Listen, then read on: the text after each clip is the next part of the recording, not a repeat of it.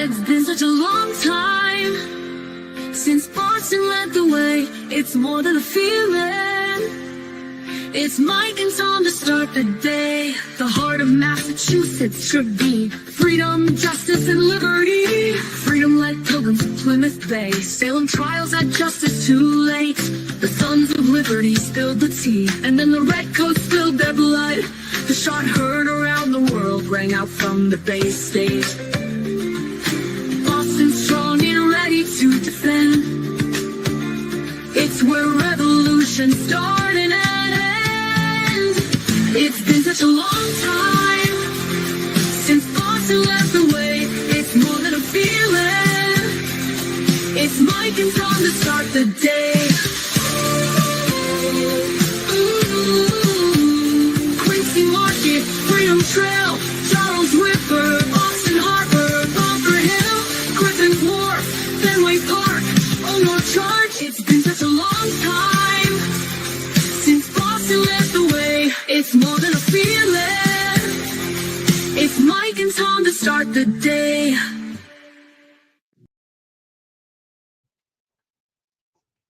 Boom. Good morning, everybody. Yeah. Monday, fun day. Yes. Made it to the weekend. Everyone's here, right? You were busy, huh? You were out and about. Oh, what a weekend, bud. What a weekend. Oh, all right. First, how was the pizza? I gotta say, I've had some pizza, but that was some freaking good pizza. Top notch. Like, it's tough between that and Deanne's. So is it? Deanne's is good. Yeah. This may be better. Wow, I'm a big Deanne's fan. I like Deanne. So is it a bar pizzas type situation, like a small one? Yeah, I love bar pizzas. And you can tell with the sauce. The sauce makes it. Yeah. And their sauce, perfect. How many people? Any more perfect? How many people were there? We had a good turnout. No shit. Yeah, maybe 10 of us. Oh, that's good. Yeah. But here's the thing, right? Yeah. So we all sit down in the middle, and just because it's the most room, and everybody around us was talking Karen Reed. And it was the most magical, most awesomest thing. I can't. You know what? I think I have video of it. You want me to go get them? Hold on a second. Yeah, do what you want to do, bro. Yeah, go ahead. I think I got video, and I know I have pictures, but I think the pictures on my other phone. I tell you what, those sweatshirts you and Jess were rocking with dope. I gotta say, those are dope. Freaking awesome, man. Yeah. So hold on. Let me get the other camera. Hold on. Yeah, take your time, bro. Good morning, chat. I don't know why I thought of pizza right away. I don't know. There's a bar in Quincy that has an awesome bar pizza. Guarantee Mercy knows of it. Nanya. I love Quincy, man. I lived there for like 7 or 8 years of my life. 9 years, maybe even longer. Hey. Big week this week. So yeah, let's talk about that while my phone's booting up. Okay. I think I said, look in your X inbox real quick. Maybe I sent it to you. I'm not quite sure if I did or not. You did. It was from Suzanne, right? Yes. A list of all that. Isn't she friggin' the best? She's always the best, man. Yeah, Cape Cod pizza too. I love. You can find those in it's like Shaw's and shit. Not the same. Yeah, you get a bite there, right? Eat it there. Yeah. Oh no, not even close. I don't have it. I have the girl in the back of the SUV singing with her dog. Did I send you that? Yeah, Machine Gun Belly. Oh, that was rapping. The girl rapping. That was the post about those people that were protesting. Okay, so it looks like it was just about Tuesday the 5th, Tuesday the 4th, or Wednesday the 5th. You have the federal at 9, and then Karen's coming on later on after that, I guess. And then Aiden's that's Wednesday. Wait a minute. That's Wednesday, right? Yeah, Tuesday is a motion to dismiss. Now, I don't want to get it wrong, so I know they were switching dates around, but that's what I have down on my sheet here. So Let me see. Aiden on top of all that, in the middle of it Yeah, all. he's at 2:00. Let me just look for Susie. Susie. There she is. All right. Post. Okay. Here's a link to the upcoming court events. That was back in a while. Maybe it's still updated here. Dr. Oh, just a heads up, everybody. I may be going live later on tonight. What's up? Yeah, I don't know nothing. I got something I made. I may just pop on a little while. Oh, I know. I think I might know what you're. Yeah.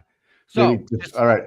Keep that thrown. Just make sure you while you're here, make sure your notifications are set on your All right. YouTube. I'm sending you the doc to your phone. Okay. Yeah. It's from Glenn Massouz.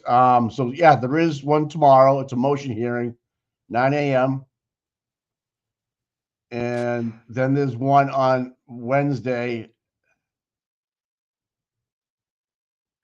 at 2 p.m. because she has the federal court. And Aiden is at 2 p.m. on the 5th as well. So Aiden's at 2 on the 5th. I'm gonna put that down. Hold on a second. And so isn't 2 o'clock on the 5th, right? Yeah. That's Wednesday, 2 o'clock. I still wait for your phone. I get you X if you want. Yeah. All right.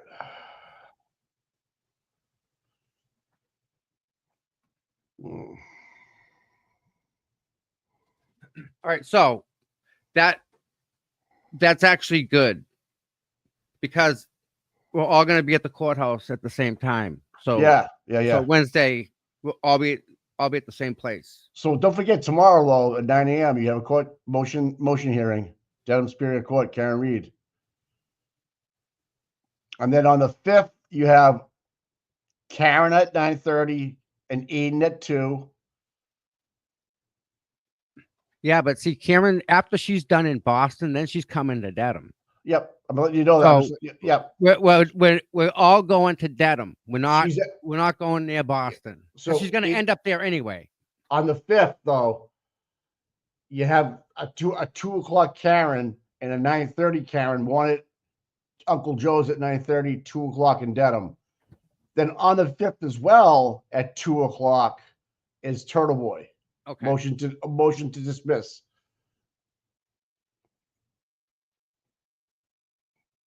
And then we skip a day on the 6th.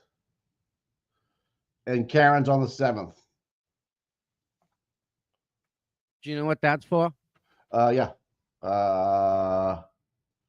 Motion hearing. So the habeas corpus is, the writ habeas is at federal, and 2 motion hearings for Karen, and a motion to dismiss for Eden. Okay. All right. And then the following week, the 13th, we have Proctor at 10 o'clock at Framingham, which we usually don't go to. And then we don't go to Proctor. 4:15, just jumping around a little bit. 4:15 is Matthew Farwell at Moakley. So, but in between the 13th after Proctor, 18th, 19th, and then April 1st is the start of Karen Reed. But 9 a.m. on the 18th, final trial conference. 19th is final trial conference. But this, I don't know when the last day she updated this. Okay. Hold on, I gotta get my cord. Hold on a second. Yeah, do you think?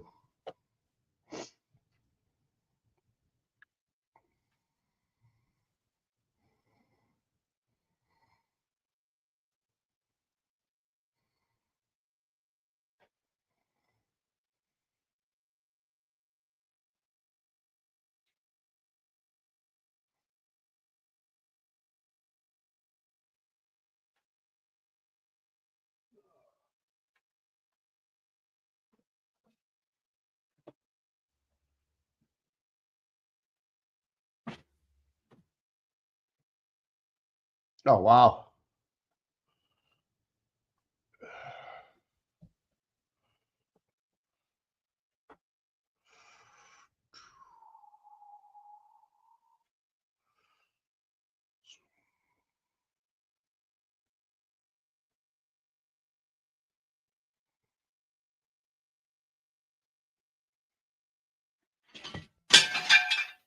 Yellow.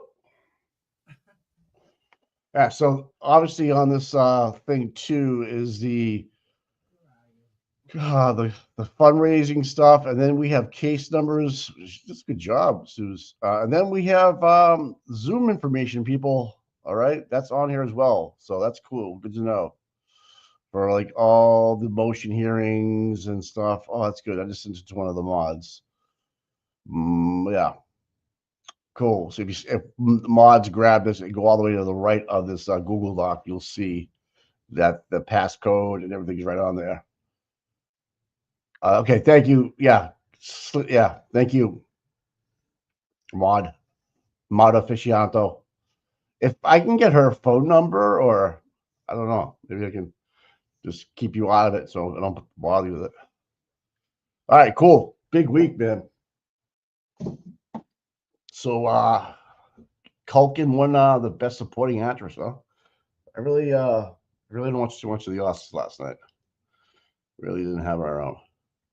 If there was a McCabe in the Oscars, who would be best actor, best actress, and best supporting actor and supporting actress? What do you think? I know best actress would be McCabe, Jennifer. Best actor in a major motion film, actor. Brian Higgins probably, right? Right, because he's pretty funny. Jen McCabe, all right. Brian Higgins for best actor, maybe. Colin didn't do anything. Matt McCabe, maybe. I don't know. Best supporting actress in a leading motion cover-up.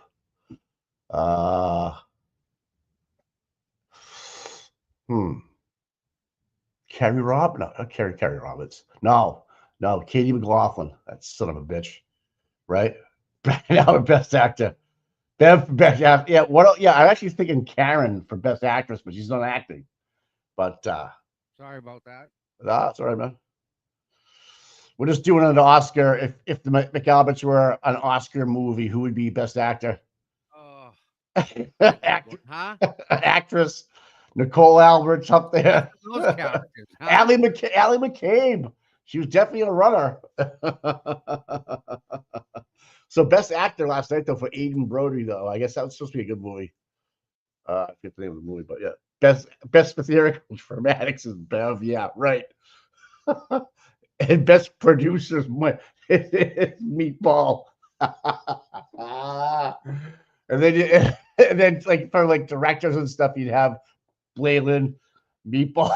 Blayland, yeah. Yeah, Garino. She's up there. Personal technical support, Trooper Paul. That's funny shit. Yeah. Best documentary would be the Sally Port video.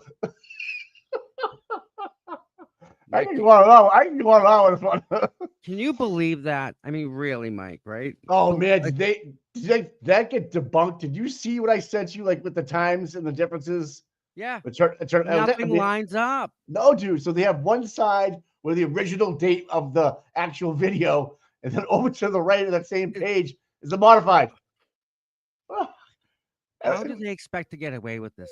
Dude, they put it up in plain sight in front of the courtroom, and no one noticed it. No smart enough to pick it up and say, "Was that on the left or was that on the right?" Someone else figured it out. So a sleuth, man, on Goosey. Now, I don't know if it might have been. I don't want to give any names. I don't know if I'm not sure. Yeah, I wouldn't put it past her. She's that on. Yeah, oh yeah, no doubt. She's that. No doubt. No doubt. In her wheelhouse, we say. Yeah. Allie was giving a lot of props to Allie for best actress. Wow. We got Tom's phone going. Yeah. Oh, goodness gracious. I'm trying to figure out how to share my pictures off my phone. Jen McCabe, though, I really think is best actress. Maybe Allie in a supporting role, I think, would be the one we want because, No. Best costume was Brian Albert as Mr. Rogers. That's bad. Yeah. I'm having issues connecting my stupid phone. All right. Best supporting snaggletooth is Jen McCain. Yeah. Best dental. I'm trying to think who else was up there. It's 68 witnesses. The Sullivan girls. Worst performance of all time was Paul O'Keefe. He was still drunk. Mike, all he does is stare at her. I know. I couldn't. How do you stare at someone that much? He would win a Don't you scary. get tired after a while of staring at the same person? He probably loses his idea. Lally actually would be a good actor. Best supporting role, yeah. As like animated in best animated movie would be Lally. Oh yeah, Colin started the up and coming new, yeah. Can you imagine for a second trying to find someone that mimics Lally? Oh, as an actor, Mike, I don't. You'd have to go to the rehearsal and put the people to sleep. All right, you win. All the judges are sleeping. Best editor, that's Crawford. Use a media device instead of the camera, Tommy is saying. I don't know what that means. Yeah, Allie had the watch. She cried on demand. Yeah. All right. How about best villain in a major motion picture? Ooh. Proctor. Maybe Proctor. Buchanan. I don't know. Buchanan. Yeah, he's a Tully, right? Watching Aiden. Hey, good morning, Sue. Watching Aiden with his wait till with all redacted stuff that he has. Oh my God! Aiden's case is probably just as complex and corrupt as Karen's. Oh my goodness! And goodness! How do you take that and have one judge go against the other judge? I know. That's the problem. Yeah, right? You're right. Yeah, you're right. They won't do it. Kick the can down the road without making a decision. There's James. Hey, James. Hey, buddy. When you get a second, I need you to get in touch with me if you're free. Good morning, James, buddy. Good to see you there, dude. What else? Mary's here. Mary Whitcombs is here. There we go. Mary. So why you bugging? I'm gonna pull up some of the video, Mike. Hey, Jess, good morning. My daughter starts autism school today. Good for you, man. Cool. Yeah, I have a nephew. Days of being a mom. Kids are going to school. We're getting older. I have a nephew that is autistic. Yes. His name is Chase. Yes. Matter of fact, I got a shirt for Chase. There's a friend of mine, Chase. When is National Autism Month? I know they have the whole month and they have the puzzle piece. I have a shirt. I gotta break out when I gotta. Congratulations on the first day of school. All the parents are cheering each other on. Yep. And then they go home and like, what do I do now? And they like mope around the house. Oh no, I know. All right, home. Oh, that's right. So it was vacation week last week, or no? No, 2 weeks ago. For the kids. It wasn't last week though. Well, I was at New Hampshire because JD Vance is up at Mad River Glen right now. Is he really? Yeah. Dude, let's go skiing. I'm not going near JD Vance right now. He's getting protested like you would believe, dude. Tom, with our schedule, I don't know when you try to find it to go. I don't know. Next week. Look at the schedule next. What do we have next week? Hey, FYI, I don't have 1 minute. I don't care what that means. What was that all about? What? Oh, when I reset my machine by accident. All right. No, let's go skiing. Let's next week. Look at the schedule. What do we got? It's got to be. We got to have time, Mike. It's not that I don't have the time. It's my family things, obligations. Okay. That's the thing. Gotcha. Okay. I do things outside of this office that. Yeah, I know. No. All right. You can do that. I can't do a lot of. No, right. I get it. You pick me up, bro. I'll put it down. Gotcha. So we did an impromptu type of stream. We at least went live Saturday, right? Yeah. I started in Whitman. Okay. Yeah. And hold on a second. I know. Damn family getting work in the way. I know, right? Oh my God. So yeah, so we popped on and went live for everybody, right? And we went to Whitman, and then we went to where did we go from there? You went to Plymouth? No one was Plymouth. there. Yep. I was No one- early. Yeah. And People then you went. people were there.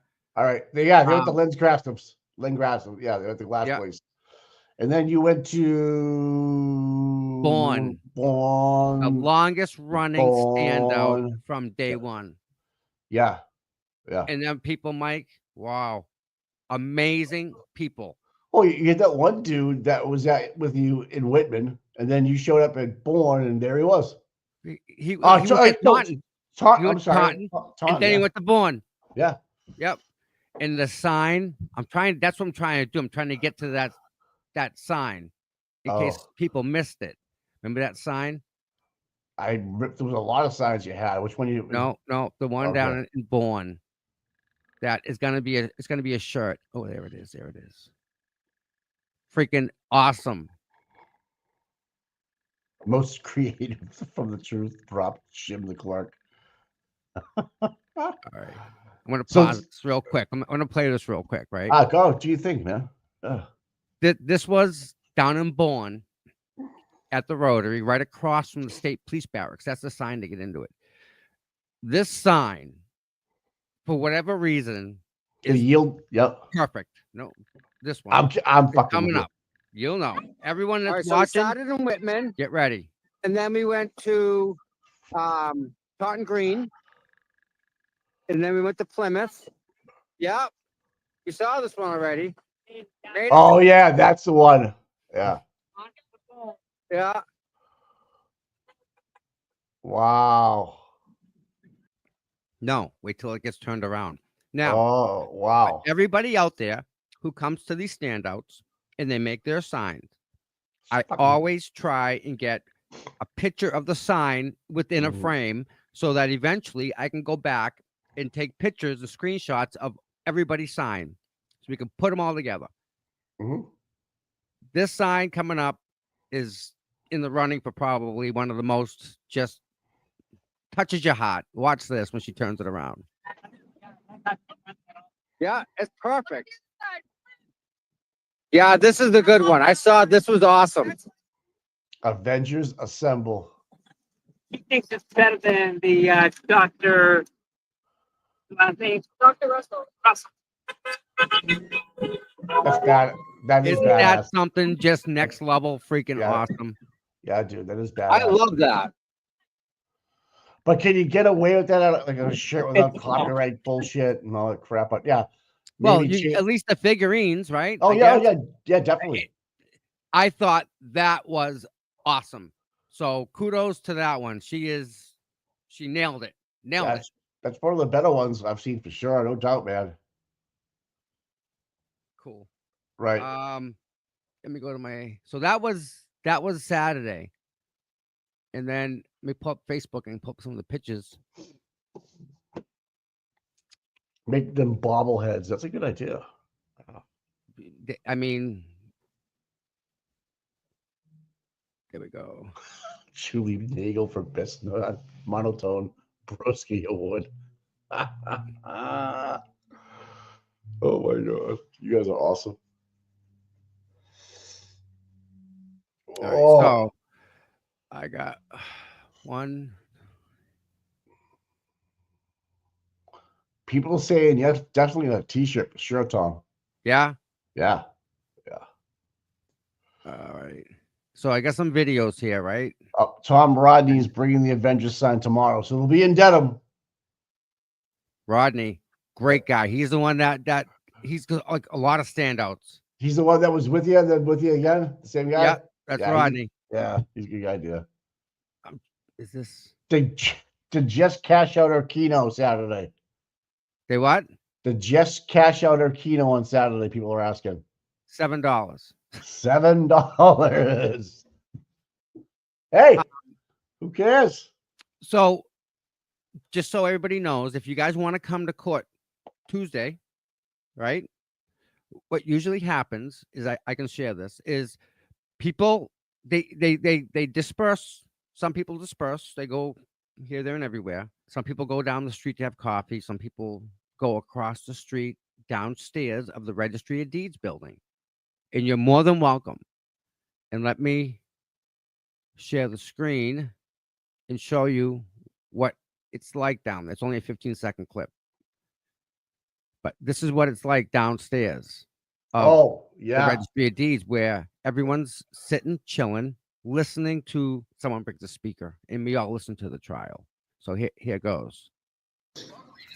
And the story is about interactions with defense counsel. That's what was talked about in the book.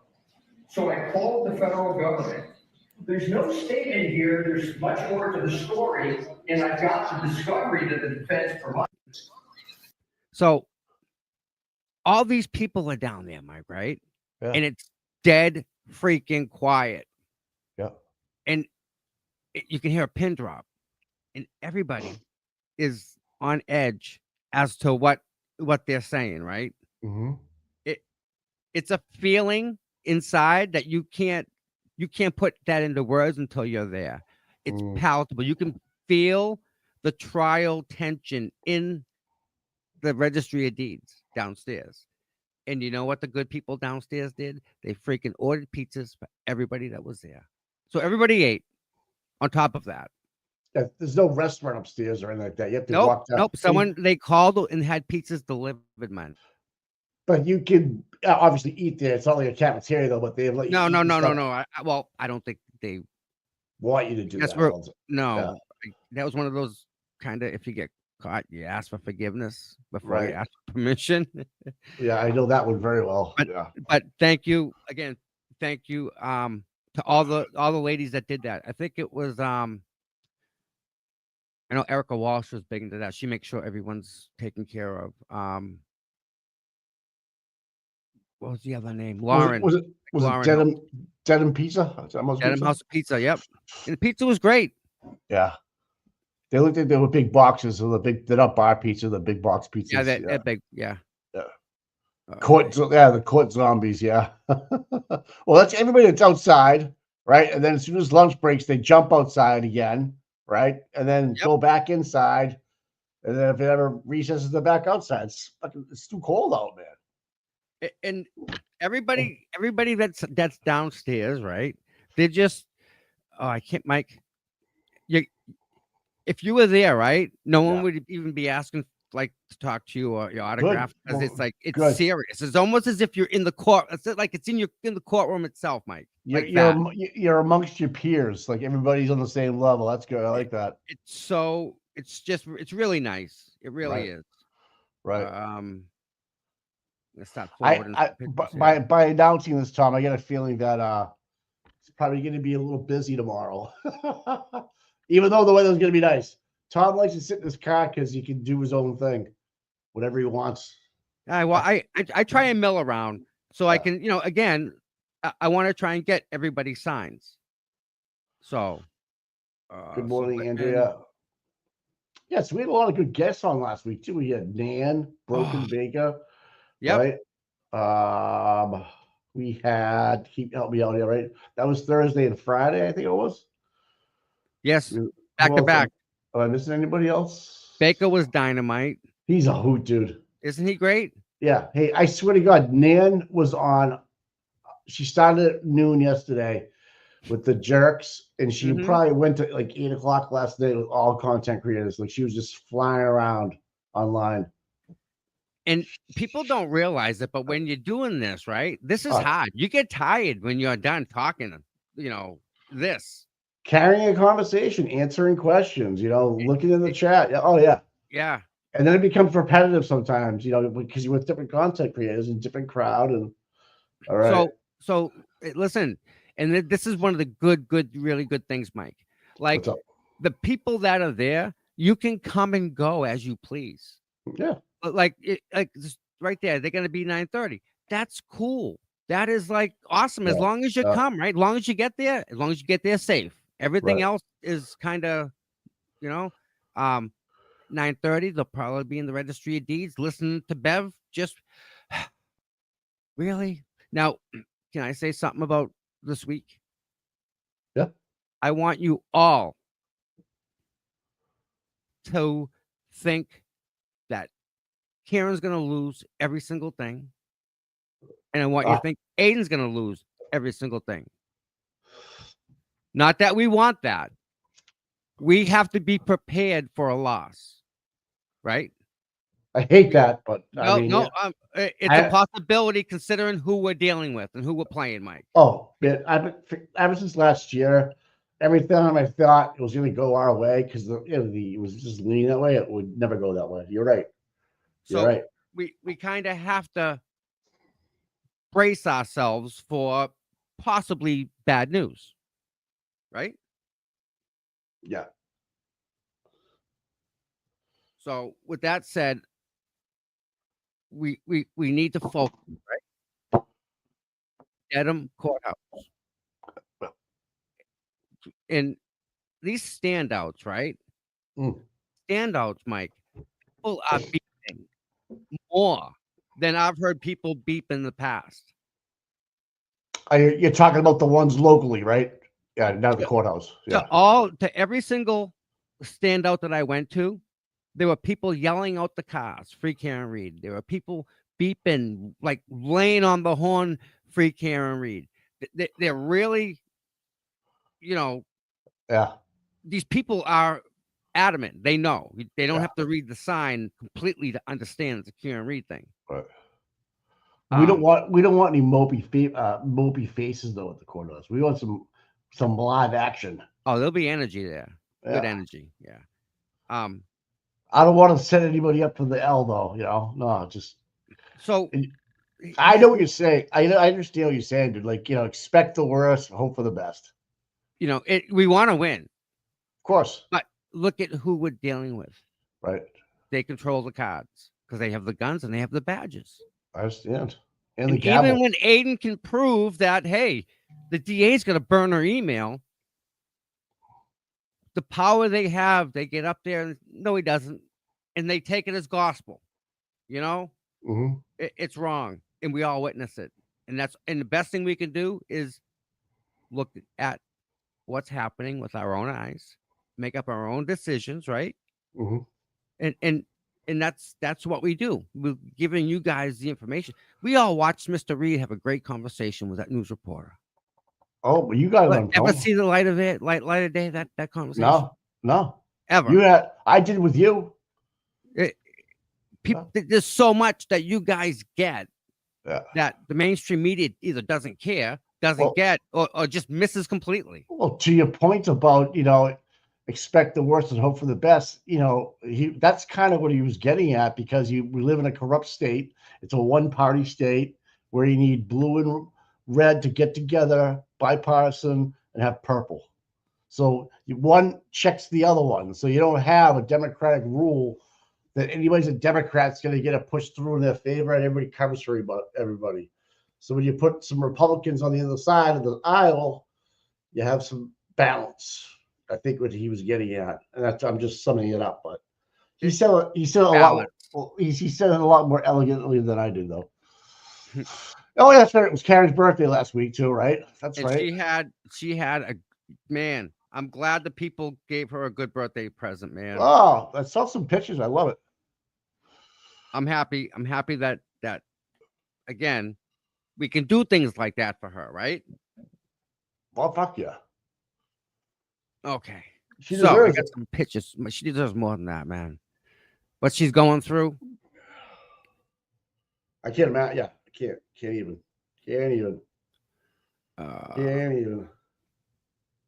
Hold on 1 second.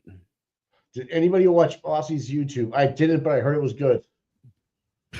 She is without a doubt just crazy awesome. Yeah. She lives logical. She's very logical. It's funny. She made one of her videos. She named it "Talk to Me Like I'm a 5-year-old." I'm like, gosh, she's listening. She gets it. I love it. She does. She really does. Mike, she lives so far away and she knows so much about the case. I know. All right. So These are some more pictures from the restaurant we went to.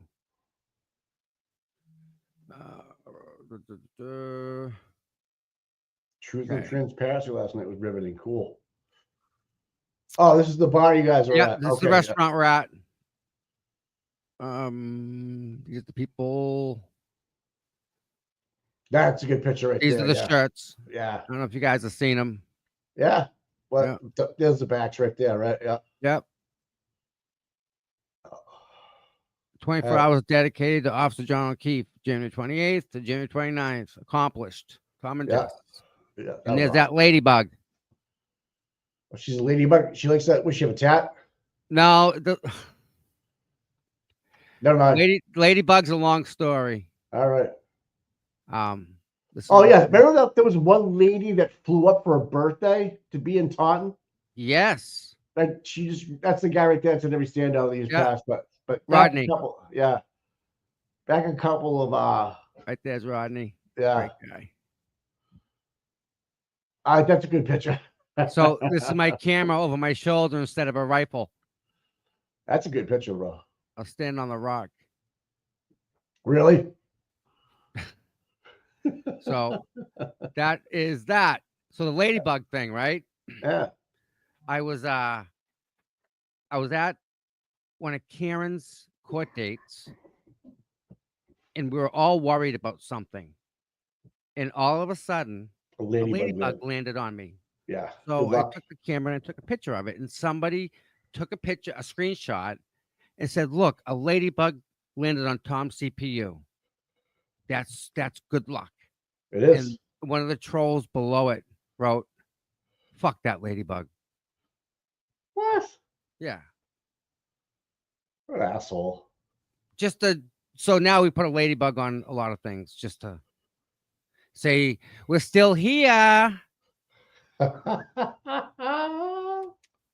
It's a popular tattoo too. I've seen a lot of people tattoo, females anyways. So in some very strange places.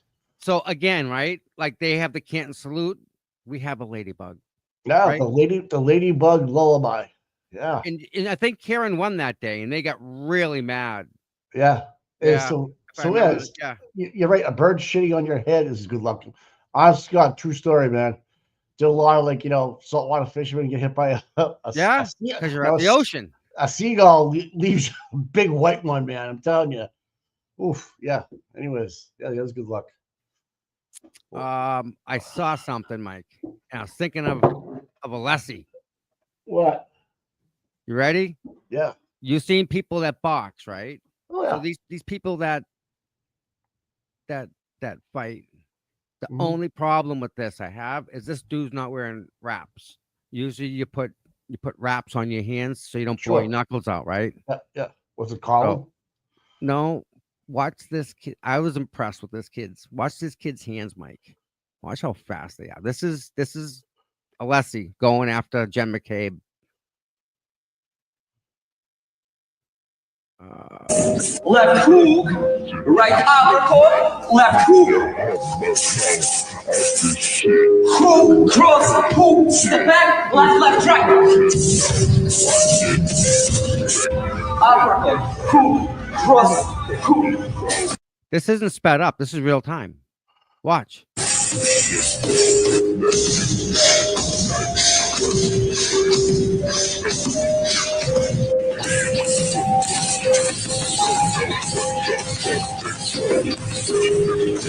951, 452, 851, 654, 251, 362, 251, 368, 872, 362, 285, 242, 362. Jab, cross, body hook, uppercut, body.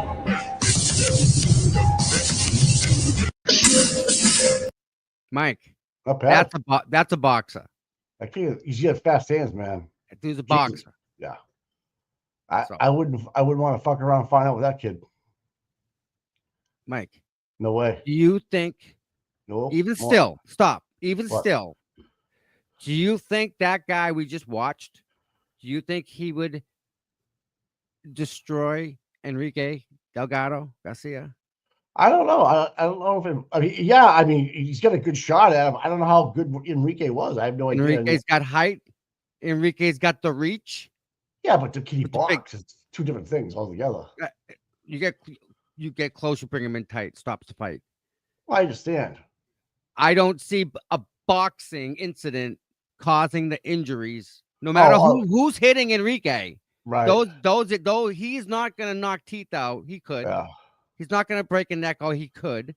He's not gonna break your leg, even though he could. But that's boxing. That isn't what happened to Enrique. So when they say that it was a boxing thing, no, Mike, Right. no. It also comes down to, though, in boxing, though, is can you take a punch? That too. Some people are all technical, like, you know, you see the pro fights and they're all like, all the stance, the feel right, the hand speed's right. Yeah, they get hit in the face real hard. It's like different. It's all wrong. Like they never had before. Like, you know, you see these guys they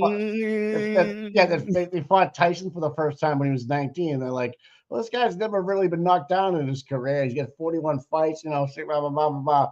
And then Tyson just hits him with some kind of hook or something. The guy's like, whoa. Hey, yo. Oh, Speaking you coming about that, Is he coming in? He's here. He's here right now? Yes. What's he doing, man? He's hanging out, man. He's like kind of like he's part-time Bostonian. He's got this. Is he gonna run for the select board? Ooh. Now No, that's freak. That's something, huh? When you say town, dude, are you in the city? Will, if you would like, Will, I'd be more than happy to buy you dinner tonight, Will, if you want to hang out with us. Me and a couple of mods. I got yeah. Yeah, can meet, bro. You can meet me for sure, man. You tell me where and when, I'll go. Well, you want to go tonight, Mike? You want to have dinner tonight?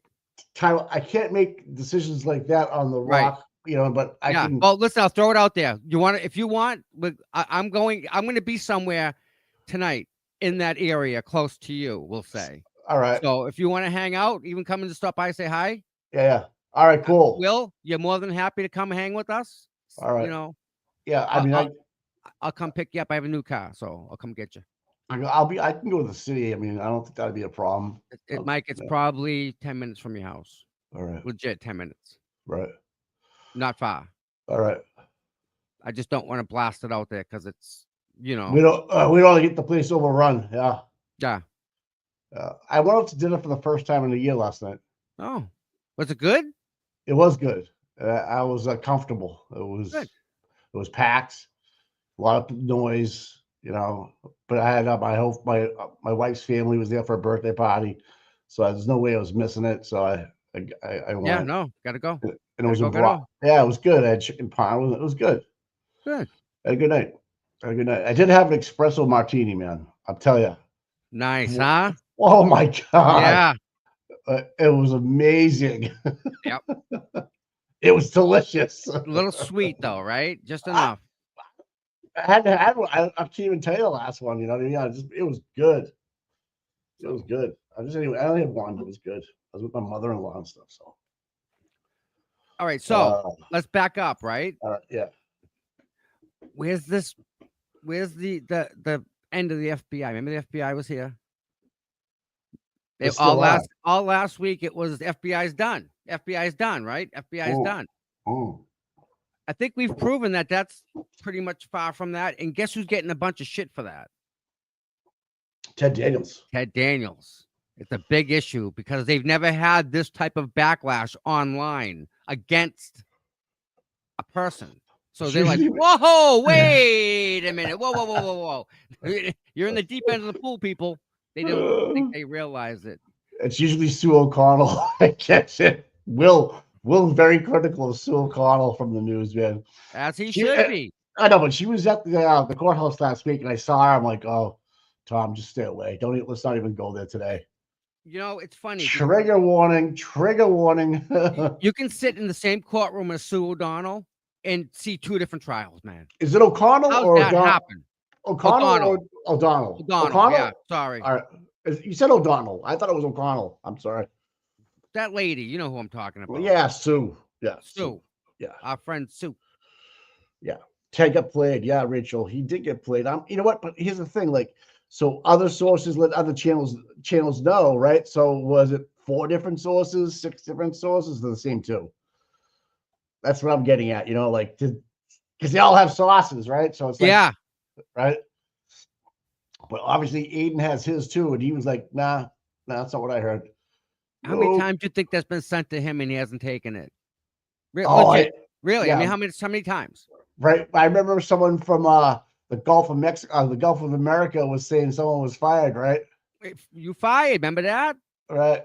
Fire me anytime Sue O'Connell has anything of substance. No, you're right, dude. She's a mouthpiece, but she's Again. Massachusetts liberal, like, oh, so far to the left, like all the way to the tip of the left-hand side. Like, it's just too much for me personally. I mean, I could give 2 shits what people think, like, about what they want to do, but for her to be a mouthpiece and be on the air about it is a little much. You got to be more in the middle, in my opinion. But she chooses not to. Even her headlines, mouthpiece says nothing. It just spits out air. Claire, you're right. So yeah, exactly. When I was talking to one of the reporters, right? It smells like feet. I forget his name.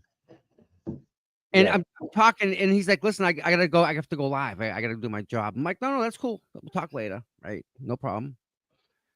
He gets up there, Mike, right? And he's looking at this. Okay, yeah. And he starts. And he goes off about the Karen retrial. I'm like, okay. Just basic, simple stuff. She's here today to take this motion, blah, blah, blah. Mike, the guy, he just reads the phone. That's it. He just reads the phone. Whatever's sent to him, and that's it, right? Yes. Yeah, I know. Yes. Yeah. That's it. Yeah. That sucks. So after that, I was a little kind of like, all right, mainstream media sucks, which I knew, but I didn't think it was that bad. This guy, he wasn't even watching the trial. Christina Rex's looks are emptier than her words. Hey, Flip Ahead just sent me a picture of me and you when we were younger. It's on your phone. I saw it. Thank you, Joe. You asshole. He had a good video though this week. He has some good stuff. Which one? I know. Yeah. Oh, Olivia's. I mean, that one with the video on the screen from the courtroom was amazing. Like, hey, Mike, you know what the sad part is? Yeah. Like, we all see that. Do you ever think that will ever be like an issue or even brought up in court? Bev should get to the bottom of that and her lack of wanting to know about that. Yeah. And I didn't know the defense was given the data without any metadata in it. That's the question I had. So can you explain to us layman's? Yep. How do you strip metadata and how important is it? It's freaking critical. I understand that end of it, but so that's almost, it's a chain of custody, right? Yes. Basically, right? It's exactly what it is. All right. From start to finish. So do you think now in hindsight that maybe Helena was over at the Norfolk County office dropping off maybe a flash or a thumb? No. Okay. No.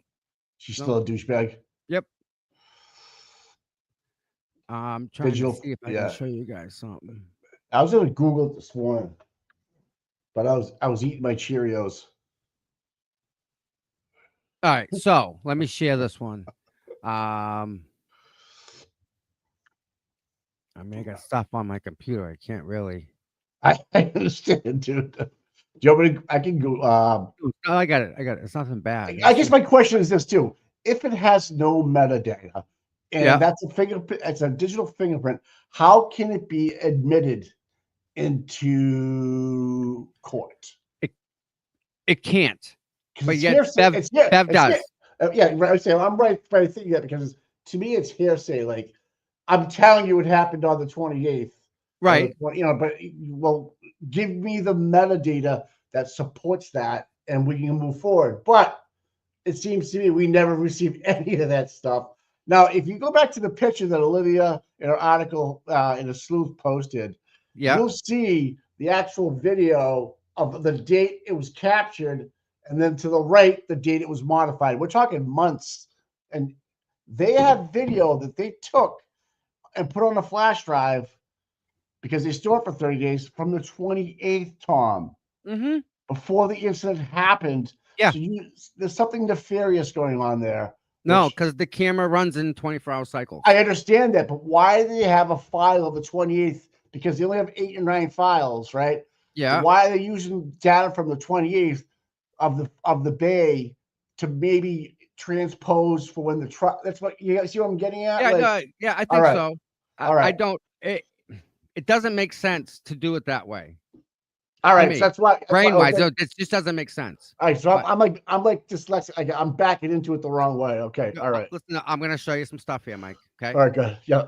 So this is just a text document. So if I go text document, right? This is just Yeah. I have this like just slide. I just slide Right. a text document over. That's so all I do. I make the document, okay? It's right here.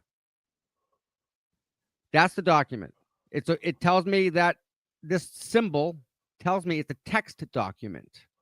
That tells me it's a Google Chrome document. Yep. Signature So- for you. Sign your papers right down there. Media pass. We're Right Okay, click so- and you go to properties, which tells you Yep. we're gonna look at the fingerprint now. Okay, I have a quick question right here, real quick. Yeah. Can you take like the one you have highlighted? You could actually slide and put it into a folder right now if you wanted to, right? Absolutely. Okay. Is that what they're talking about when they're saying? Yes. We Yes. just okay. Yes. Yes. Okay. Yep. All right. So this file, this is Where? this file right here. Looking for your mouse, bro. Everything with links. Okay. Yep. This is the properties of that file right here. Okay. The properties of this file. I can see it says notepad. No, bro. Where? You don't see it says opens with notepad right in the middle. See my mouse? No, I don't see your mouth, bro. All right, let me Sorry. close. Let me try it again. All right. But if you want to keep explaining that, that's fine. I was getting it. No, I want to so that you need to know this. Like this is important. All right, window. Why is it every day there's no court for you today, Tom? Huh? No There's court no for court. me. Yeah. There is no court today. Yeah. Okay. Phew. It's fun. You know, they change shit so much, man. I don't think it started on April 1st, by the way, people. I don't. We have to. All right. It may. It may. All right. Just to keep it going. All right. So here's the file right here. Everything with links. Do you see this highlighted? Yes. Now I see a Okay. mouse. Yep. Now I'm going to right click on that. And I'm going to go down to properties. Do you see properties? No, that's not showing up, but keep going.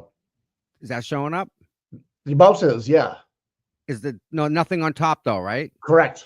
Wow. That's messed up. Why won't it let me share the I don't know. now Tom. I'm pissed.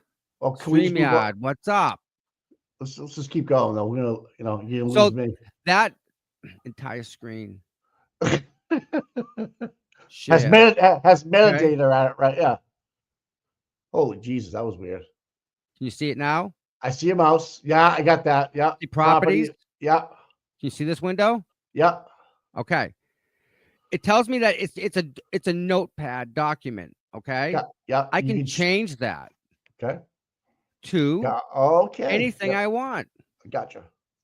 I can change it into a photo, even though it's a Right. note, even though it's a document, Mike. I can change it into a photo. If Yeah. I want to make it a Word document, I can change it to a Word document. Excel, so forth. Whatever I want to Yeah, change it to. Yeah. Even though it's a notepad, I can Right. name it to end whatever I want. Okay. Notepad, good. Now if I go over here to where is it? Oh, I see. You can tell right. what's going on. See, it says security. Yeah. You see security? Yeah. Tells me the computer, the user, Mhm. and the administrator of the computer. Gotcha.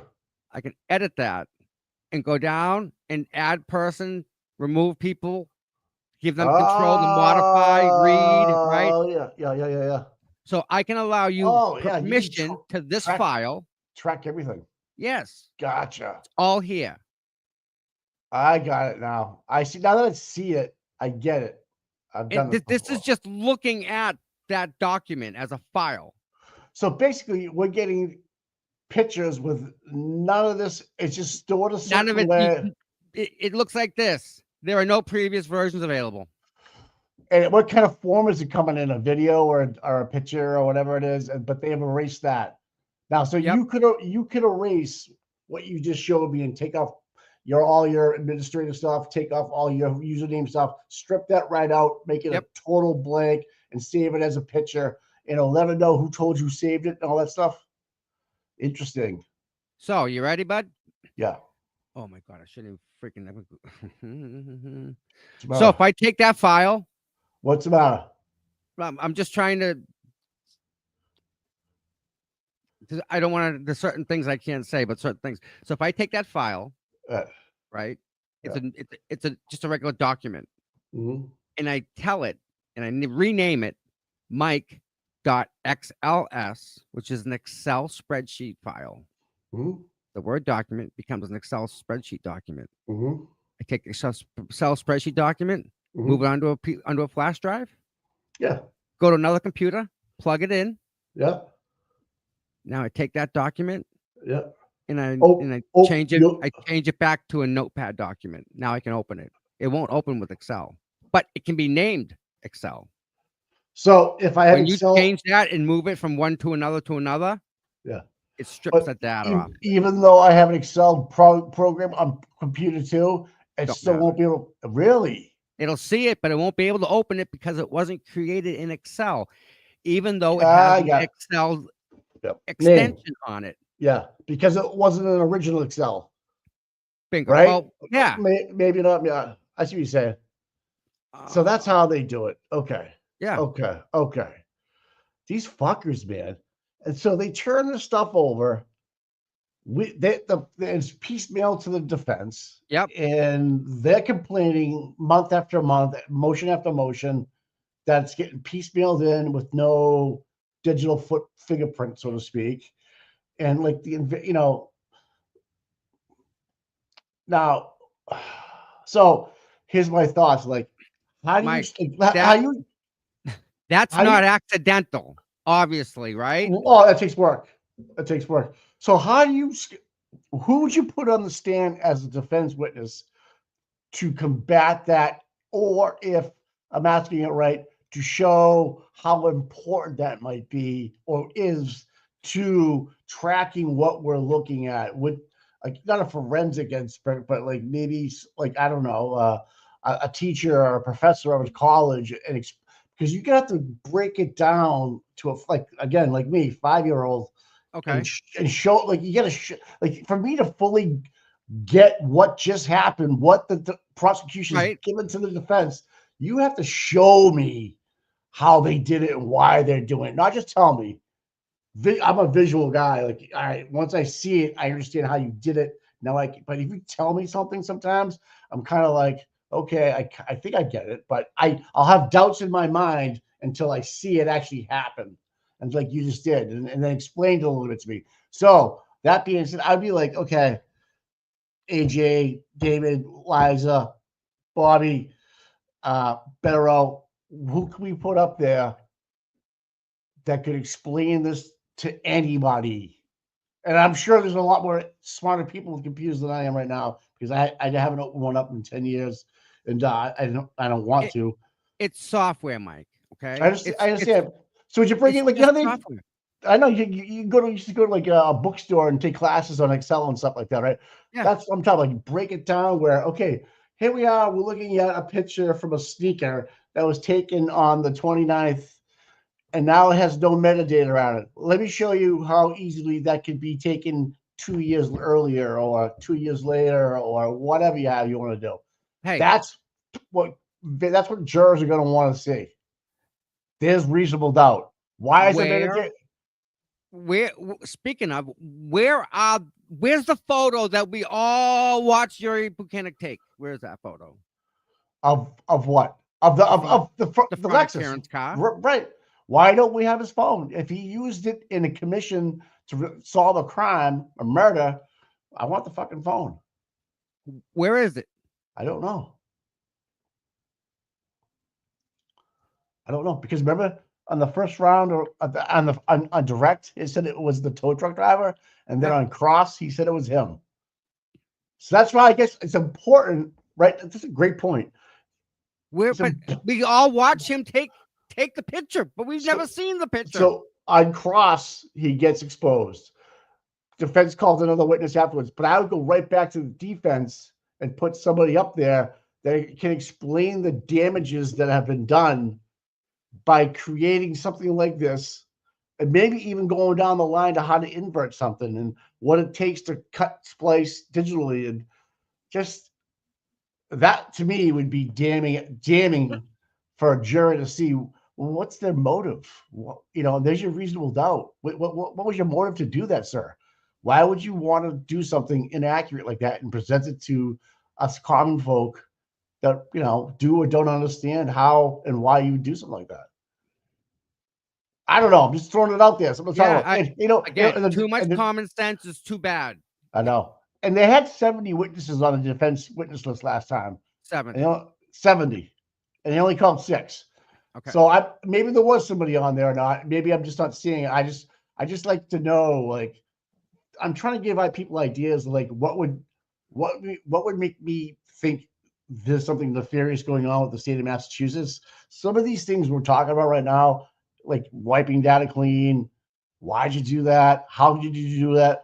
When was it presented first? Those are things that would really make me say, whoa, what the fuck what is going on here right now? Without getting thrown off the jury, of course. Hello. Right. So let me share my screen again so that I can show you guys just how easy shit is, right? So the video exists, Mike. Which one? The original? Any video Sally put. We're gonna say it's video evidence, okay? Right. Do you have the photo I sent you on X of that screenshot of the videos in your X mail? Let me see if I sent it to you. Right. So let me share. If no, I don't think I did. Shit. Okay. So anyway, but you know what I'm talking about, though, right? Yeah, I think so. But just real quick, image data. So let me share the screen just so that you guys can see how easy it is. It's kind of stupid. Yes, that's usual. All right. So you see this right here. It's in your phone if you want it, and your text messages. I'm sorry, buddy. No, it's all right. It's all right. I think it is. Well, it's court dates. Shit. There's you standing out. Now I didn't fucking send it to you. It's okay. All right. So this is the video file. Yeah, very similar to what we're looking at. Yes. Yep. Yes. All right. Now, see, it says type. It tells you what type it is. Yeah. This is an MP4 file. That's it's a high grade video file. All the ones we were looking at were XEX. EXE. Yep. EXE. That's correct, Tom. Thank you for correcting me. Executable file. It means it can run. All right. But thank you. See this file right here? This is the Sally put video file, we're going to say. That's how it would be labeled. Watch this, Mike. I can change it into a picture. The whole video. It won't open, but. Will it show a picture? What's that say? JPEG. It's not, is it? No, you just changed it. You changed everything to a JPEG. The whole video is now one photo. Right. Oh man, that's It won't work, but it's just labeled at the end, JPEG. That's all it is, just the end extension. All right, I'm gonna dumb it down for me. So the defense receives some discovery from the prosecution. They get a executable file. Well, probably not even that. We'll call it something that's in another way to run a video. But on there will be how it was changed, modified, what dates, and what user, basically, and not really so much where, right? Right. Okay, that's why. That's the problem. No, and I was wondering as I was looking at that photo, like, okay, why do they have the 28th 128.22 on there. They were using that blank open Sally Port video as a frame, so to speak. That's your And then, data. Yeah. right. And then, That's the constant. That's everything goes back to that. So they can take this piece of the video and yeah, put it on top of that. that's That what has I'm. to be that's the constant. That would explain the Sally Port. Yes. Makes sense Yeah, now. it And then when does. it's Mike, then when it's all done, even though each file has been keeping track of who opened it, Mm-hmm. right? Because my Mm-hmm. PC's got a name to it. It knows Tom opened that file. Mm-hmm. Well, they took all that data away and said, no. They scrubbed it all and said, here's your memory stick with Yeah, zero. zilch. Yeah, That's and all been removed. They then want the original that allows them to look at that file. and then they're just going, okay, we don't know what happened, kind of thing, right? But the good part about this photo snap that someone has of the courtroom is that it has somebody's computer that's projecting on it of what's going to be played next. So whatever their IT person was that day, that's putting all the things on the screen, like Karen's team brought in their own guy, Craig, that sat in the back on his little desk. Yeah, with tiny and they have the same one for a prosecution. That person on their computer had those EXEs all full on the left side, right? And then date modified, like you were just showing me on the right side, year and a half, 2 years later, Tom. So all that time in between, they were effing around and finding out what they could do, and Yeah. And then obviously someone broke down the timeline. I think it was Flipperhead did. He broke down the timeline about how many minutes it would take to get there, and then Walsh not knowing who the three people were at the search. I mean, what the fuck? These are people that are touching evidence. Yeah, Evidence. and he has no. Well, he testified that he had no idea who they were. But how can you be a Lieutenant O'Hara and not know who three people were? We saw a Chinese guy, the neighbor, walk by with a kerosene lamp, walk by the crime scene on Turtle Boy the other night. Yeah, I watched it. I'm like, are you fucking serious? Like, no one stopped this guy to say, hey, listen, you can't. You need help with a shovel? Like, Mike, it doesn't, again, that does not happen. You do not let anybody in the crime scene. And here's this guy. How do we know the glass didn't come from the globe? You can't. There's reasonable doubt. The glass they found could have come from his globe. Right. But my point's being there's hundreds of, or if not even thousands of reasonable doubt moments in that trial. Even though the defense had 6 great witnesses that really, in my mind, proved what they were trying to do, but that was my mind. Now you have 12 people you have to do that to, which they came very damn close to. And I think the jury selection this time around, I'm not saying it's gonna be different, just my opinion, might be a little different. I'm not sure. But I don't know. We hope. All right. Because we thought by having intelligent people, or teachers, engineers, retired police, whatever, they're in their head, they should understand what's going. There should be no problem. But it's almost like they were trying to find a way to fucking make this happen. In my mind, and I wonder who helped them with that. I'm not gonna. Maybe it was a state trooper. Maybe it was somebody who. Now listen. Now Eve from True Crime posted about the procedure for notebooks in a courtroom in Massachusetts. Okay. They're supposed to be locked up in a locker and then given to them again in the morning. I wonder if that ever happened. If we could ask a juror, if he never asked that, if anything ever happened with that. Didn't we? I mean, the people that you would ask would be who? The people that are in charge of the court offices. Court officers, yeah. Why would they go to the Moakley building, Mike? Tom, I can't answer that one because I don't know anything about that. I don't know anything about that, Tom. Well, nothing about nothing, right? All right, so good. I'm happy. I'm very happy. Plymouth Standout's back up and running, guys. Yee-hoo-hoo. Good one.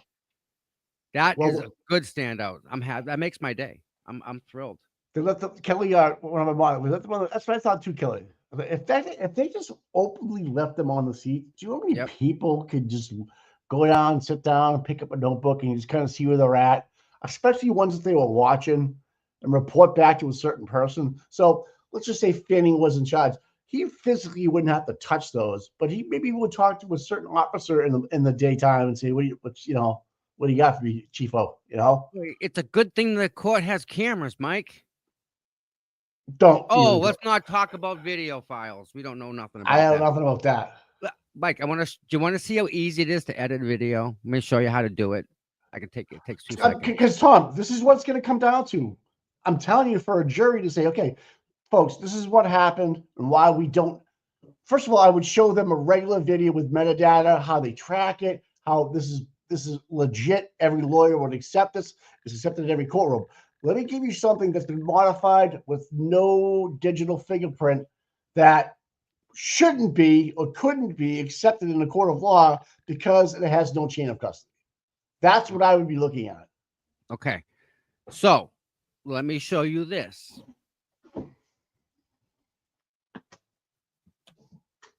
This, right, is the video. Okay. Sorry, Flip. I said, I didn't mean, we had an Asian guy walk through the I said Chinese guy. Sorry, man. It was, yeah. So, he doesn't fucking beat that fucking guy. Sorry. Go. So you can see this, right, Mike? Yeah. Okay. So this is a frame by frame by frame of the video. This is how they would edit the video. Oh my fucking God! Look how easy that is. Yeah. So you take this little slider and you go. Right. We're gonna come down here, right? We're this part, right? And we're gonna cut. Oh, but how would you do the times? Okay. So does every picture have a timestamp up on it behind it? Like what I just did, yeah, is recorded. So clicking that button, we recorded. If you right click that picture right now, what does it show me? Like the one you just had in the middle of the screen. Yeah. There it is right there. 10/2. This is the original date. Okay. How would you scrub that? Like if you wanted to use that picture as your opening Sally Point video picture, how would you scrub the 55-second 10/2? You know what I'm saying? Up here, the digital time. Yeah. This program can't remove just that. So you change program, and that will remove that aspect of it. Do you need to go to school for this stuff? I'm not saying it's not smart, hard, or easy. I just don't understand what entails scrubbing. It's beyond that. All right. So this is fucked. Right here, right? Say we're gonna take this piece. We're gonna cut like, what's this? Where are we? That's 3 seconds right there. We're gonna cut the 3 seconds out. So boom, that's gone. Paste it at the bottom. Oh, I see. Come back down here. I see what you're doing. There it is. So, and then you can. So you just took that 3 seconds out. Now you're gonna add another clip to it. Down the bottom. Hold on a second. Where? Well, let me do it here. Thank God you Set don't have stop any videos. point. Done. So now all that's gone. Donovan, stop it. My nephew edits his own videos. He's 9. All right. Yeah. All right. See, that's not where I was going. That's not where I was going with this, people. That's literally what you have to talk it down to, because I'm X generation. I'm not a boomer, but I work with computers fucking 25 years. I don't want everyone to look at one again. But Tom can show me these things and refresh my memory. I don't know any of this stuff, but I find it interesting. Let me do it. Now, could you take a video from another event, so to speak? Let's say you wanted to mash up the Plymouth one with the Taunton one and entwine the video so that you think it's one video. Yeah, because you go back to that constant one. Gotcha. Done. Holy fuck. It's just each one's a picture. Breaks it up that way. So that's what you do. That's all you do. Now when I'm done, so say we did all we wanted to do, right? Yeah. The name of the file is what? That called long number thing? Yeah. No. We're gonna save it as something else. Yeah, Save project as Sallyport. Sallyport. With a date on it, right? Yeah. No shit. But this is all being recorded. How is this being recorded on the file that you just changed it? Because when I save it, Yeah. we have no way. We have no way of knowing. Standout. But we have no idea if it was the original now, right? Because it's just got a new name executed on it.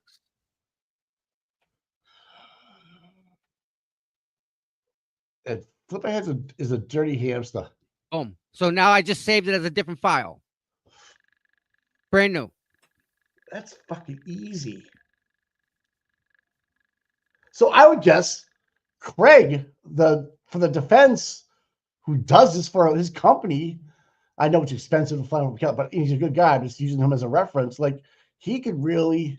Now think about this. Think about what it takes. But just real quick, think about what it takes for Richie to make his videos. Oh, fuck. Microdots. Think about that now. Yeah. Because that is impressive on a whole nother level. When his first video came out, I knew right off the bat, 100% the guy was talented. Yeah, I know. I remember seeing Richie at standouts with his camera and just getting all kinds of awesome angles. And he actually had a drone, I think, at one time. Maybe that was you. I'm not sure. Yeah, he did. Yeah, so I can't wait to see what he does. But thanks for sharing that, Tom, because I really was trying to get my head around, because I'm old school. Like, I haven't opened a computer in 10 years, but I haven't actually sat and made a video, and because I used to do a lot of marketing stuff. But right. Yeah. So it's just as easy to say we name it Sallyport, right? Yeah. And we can take the video file and turn it into a freaking Word document if we wanted to. Now, if you're an officer of the court and you're presenting something like this, why would you need a 1/28/2022 video in your file description of the Sallyport? For what purpose would you have that in there? Only to be used as some sort of background, and then you can literally cut into a video and add a piece to it. There's no shit. So what you do is you take movement. We'll call movement. Yeah. You take the movement part of the video. So around it's a frame still. And you make this one the transparency, how much you can see through it. Yeah. The computer lets you see how dark or how light you want to make it. Oh. You make it light and you put this on top of it. So now this is on top of it. And then when you want to mesh it out, you darken it and lighten it, and it goes away between frames, and you don't see it. So if you're bad, it shows a skip in it. That's so the ghosts. So the ghosts, we're talking about people moving around. That's either a video clipped in or clipped out very quickly. Yep. Huh. And it's the transparency of that, and that's why he's a ghost. What they call it, opacity. Opaque. Thank you, Thomas. You're very on your game this morning. So I think I'm speaking your language. I think I'm in your wheelhouse right now. Glenn Lake is just breaking the whole screen here with his memberships. Man, thank you. Wow. All right, so my God, I learned a lot. I learned a lot, bro. Thanks for sharing, because I was like, how the heck but how do they get people in, people out, people taking pictures? And I'll tell you one thing, right? So that's why I asked about the 1/28 video.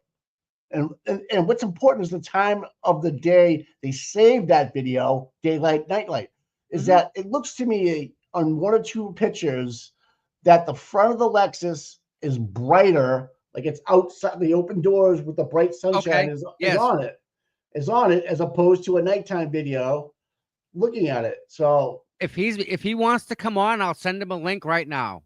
Absolutely. I'd love to talk to that guy. Oh, is this the guy from Young Jerks the other night? Yes. Oh, fuck please. Yeah. If he's I'd love to. That'd be great. Yeah. But you see my point, oh, absolutely. 100%. So when people say, how many people does it take? They could never do this in a conspiracy. Man, it's getting worse. And Tom, that's not an accident, is it? No. No. How many other times have you showed this to a defense counsel and say, hey, bro, they got you on video. It's taking that thing or whatever you're doing.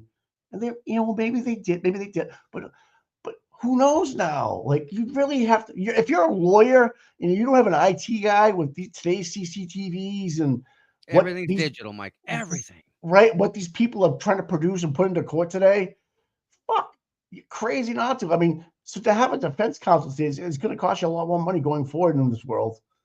And then Think of the experts Karen now has to hire to prove she didn't do a damn thing but drive home. Think of what she's got to do now just to defend herself.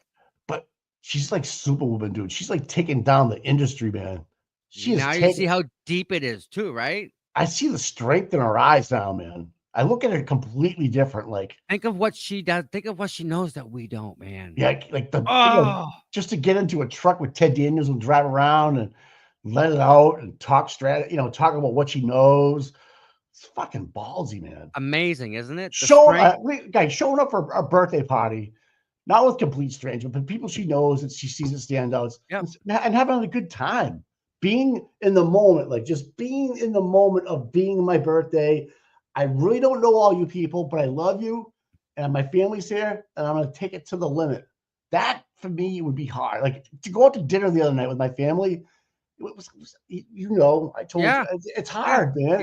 It is, without a doubt. Yep. And when you do it, it's so much. Right. You have to do it. Yeah. When I ask that, and it's worth that struggle. Dan, you're right. So I got my car after everybody left and stuff. My wife was asking me, and I'm like, that wasn't bad at all. Because I was distracted with people I love. Yep. Conversations were flowing.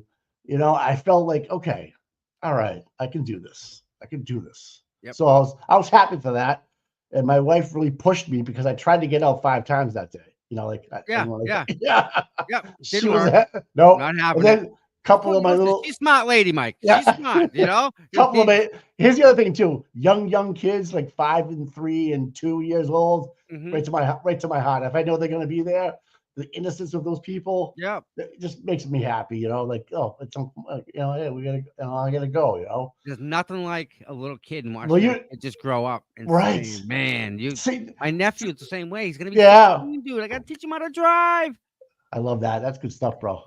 The whole different world that I'm in right now. Whole different world. But I'm happy I went, man. It was really good. All right. Really so cool. Speaking about helping people, we got to help somebody. Someone's in 2 people, 3 Brian, people. Brian LTL? No. Okay. One, we need to have a discussion about the lack of exposure of the inner city of Boston. Of what's going on? Protesting. I don't see the Rosendales or the Jamaica Plains or the Hyde Parks or the Dorchesters I don't see any of that. No one's in there protesting, Mike. You ever notice that? Well, we had one in West Roxbury Rotary for a while during like the national. But no, you're right. That's Boston. Estes at the courthouse like almost every day. Yeah. But like, there's no other. I don't see like in Boston Police Department. They're the ones that really need some love. Let's put some thinking caps together, and with one BPD is kind of off of Atlantic Cass. It's not there's no parking, man. I'm just saying, but the train station Ashmont is right. I think it's Ashmont is right there. It's literally you walk across the street, you're at one BD. So you can take the train in. To focus on that. I had a great discussion with another up and coming content creator, we'll say. And okay. She brought that to my attention, and I thought about it, and she's right on the money. There is no inside, like we don't. It's something. Is it that hard that they're in the belly of the beast? You'll call it. Yeah, that's where Healy is. Yeah, that's where all our all our Beacon people. Hill. Where's my Beacon Hill supporters? Where's all the I'll go back to the state house. I'll go back to I'll go there. I'd go there in a second. Yeah. It's funny because I get up early and I wonder what it would take to go and hit all the train stations on the commuter rail, like the big ones. Oh, just go to South Station with signs. Go downstairs on the platform. Yeah. At like rush hour in and then leaving. Oof. It's a good idea, Tom.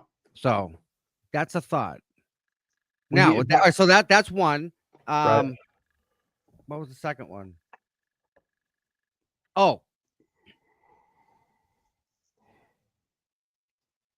this one hurts.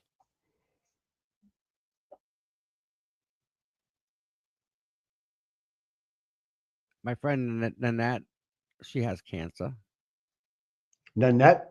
Nanette, yes, Okay. and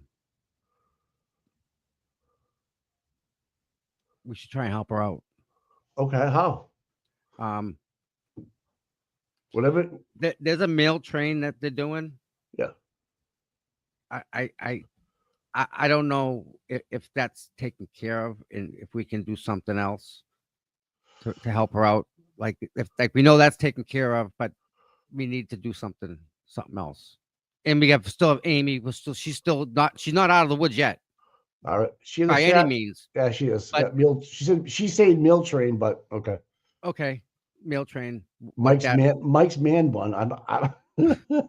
Sorry, I don't get me to get this. I don't wear Brian did an absolutely wonderful thing for her.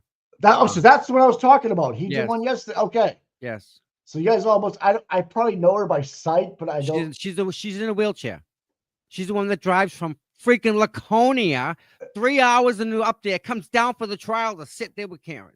No shit. 3 hour, dude. Takes her. She's in a wheelchair. I know exactly who she is. Yes, she's dude. She drives from Laconia. Yeah. She's like a black caravan van. I know exactly who she is. She's amazing. Oh my goodness. So I Okay, met her at the beginning, and she's just a fabulous. I need coffee. Hold on. Hey, that sucks. Cancer fucking sucks, man. Her sister's in the wheelchair. Okay. Okay, let's let Tom know.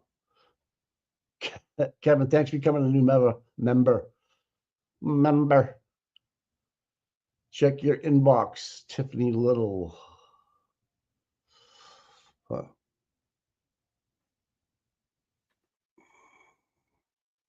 Meal trains are really.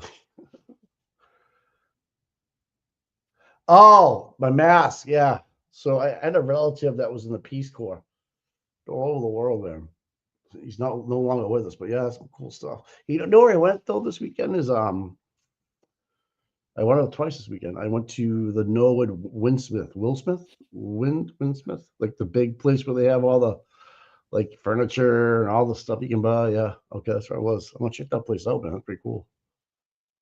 So wait. Someone's saying that it's yes, Lorena in the wheelchair. Is that who we're talking about? Yes, Okay. Why is Nanette? that's her. But so it's not Lorena. I'm sorry, Nanette's her sister. Right. So okay, so there's a little confusion here. So his sister Nanette is it Nanette that has cancer or Lorena has cancer? Nanette. Oh, so her sister has cancer. She drives the one to the courthouse. All right, so Her. one of The blonde lady. because Jenkins, aka Hot Wheels, who's awesome on Twitter, she's awesome.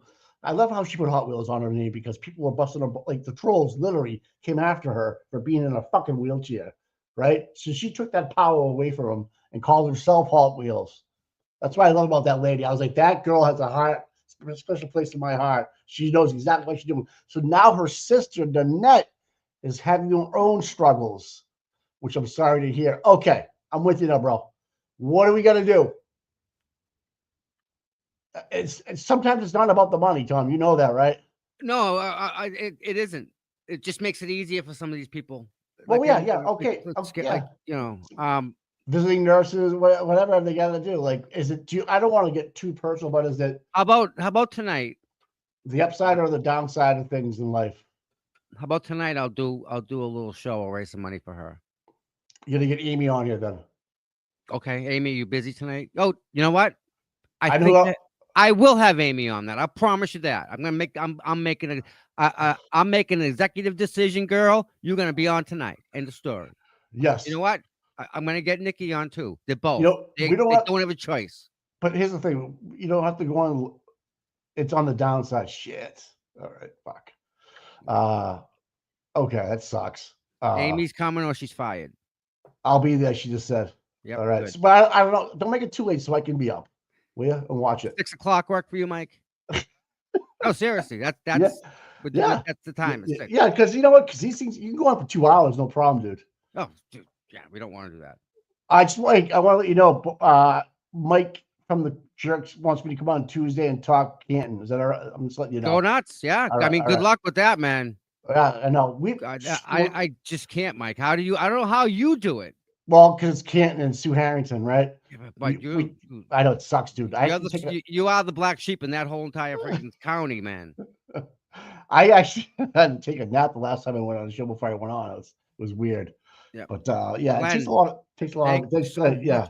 Godness. But Wow. Mike has been doing a ton of work for Canton, guys. Yep. Yep. God bless him, man. And he like reaches out to me. I'm not even seeking him out, right?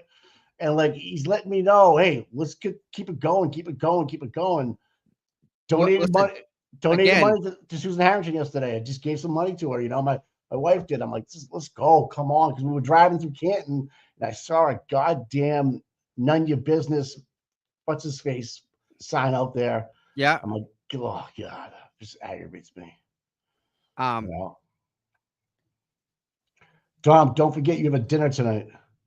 Yes. So move it around, or what are you gonna do? Yeah. So let me just I have to throw this out there. Oh, the glare. You have the glare tonight too, you know.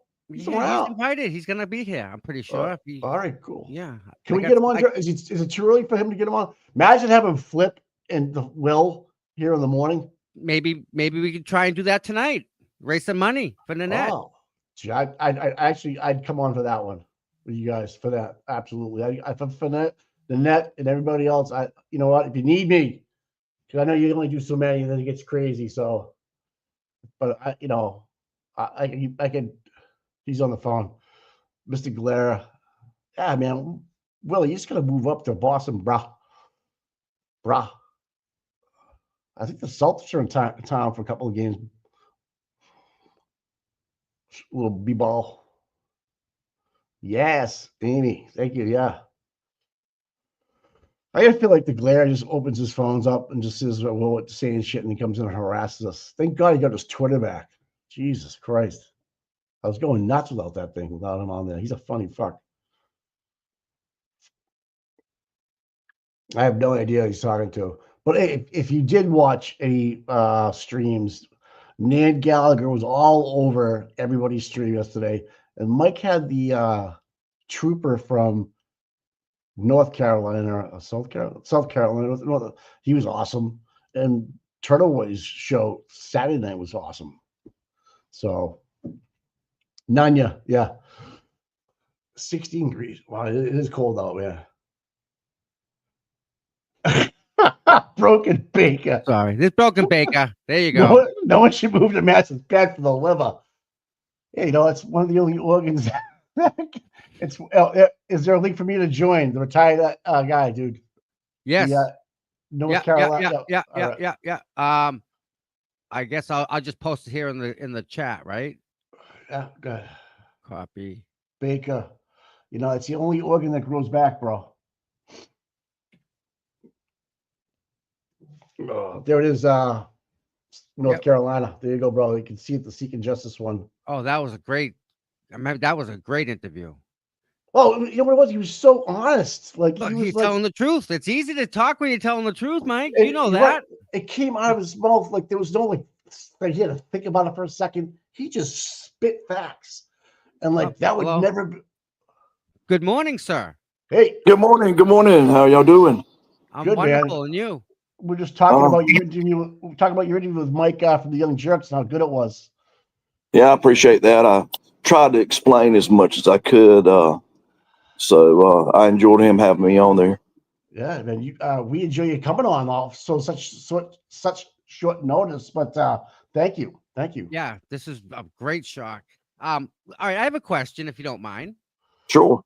Can you explain to the people how important chain of custody is? Chain of custody is very important. I'll give you an example. Now, I dealt primarily with DWIs and blood kits or marijuana or cocaine or something of that nature. So say you got in a wreck and you went to the hospital and blood was drawn. We have a kit and the nurse fills everything out. She draws the blood. We seal it up with evidence tape. We go back to the office. We put it in a temporary storage locker that's locked. And the only person that has access to it is the supervisor. Now, we have a form to fill out, and you put the defendant's name and what time you got it, where you got it, everything. And then at the bottom, you have to put their nurse's name. She got it, the blood draw from the defendant. She gave it to me. I put it in temp storage. It stays there until a supervisor comes in, and he's got a log that he logs it in. And a lot of these attorneys will subpoena that log to make sure that everything was entered correctly. So if you get any type of evidence, you better have the log to back it up. What do you think about them going back and producing and creating these logs for us? What do you think about that? That doesn't look good. That doesn't look good at all. I mean, I'll be honest with you. If that was us, we would not go back and do it. We would say no. Yep. Now go to trial. Kick it. No. Right. No. Well, the fact of the matter is, by the law, when you have a case, I had several fatalities. I had to turn everything I had over to the district attorney. I mean, everything. And it may be a week, it may be 2 weeks, but everything I had in my possession was turned over to the district attorney, and they gave it to the defense attorney. Now, in the meantime, something else came up, I would take it straight to the district attorney. Nothing makes judges, even the district attorney or the defense attorney, matter than you withholding information. I mean, I've seen judges explode asking, why was this not turned over? And you have really, really jeopardized the case. I mean, you got to turn, I don't care what it is, you turn it over to the district attorney, and the DA gets, and the defense attorney gets all that you got. Look, I have nothing to hide. You got everything I got. It's that easy, right? Just give them everything. Yeah, I mean, it's the law. It's the law here in North Carolina. You don't have a choice. And honestly, if you tried to hide something and they find out, you're probably looking for another job. Right. And here they don't play with that.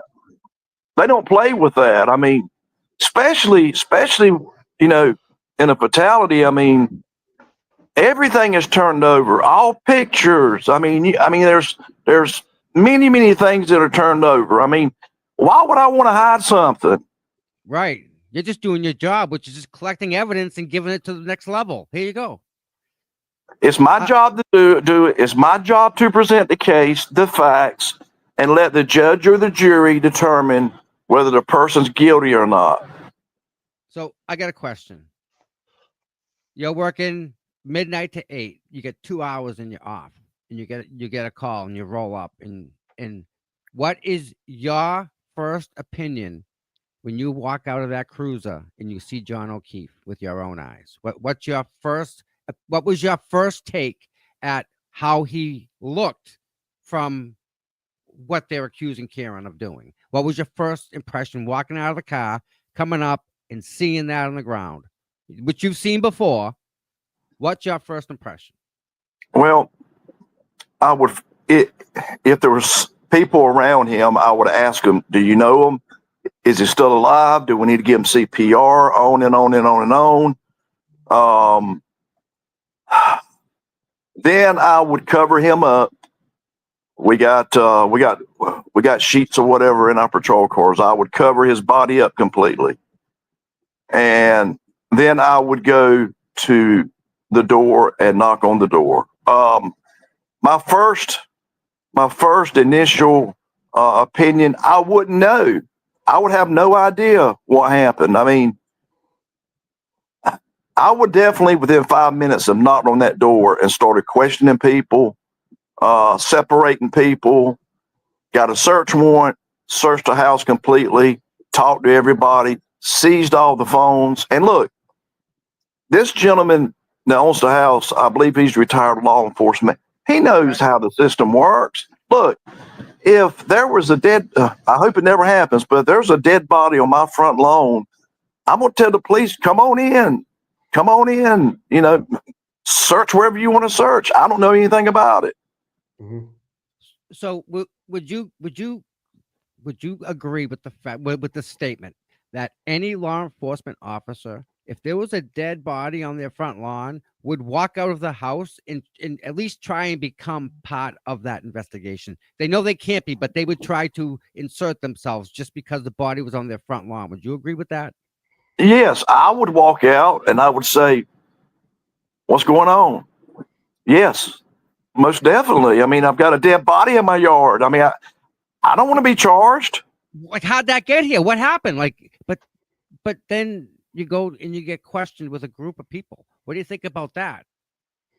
No, you separate everybody. You separate everybody. You don't talk to everybody in a group. They're all separated. I mean, at that point in time, you're probably going to have 50 or 75 patrol cars there. And if you need more, bring them on.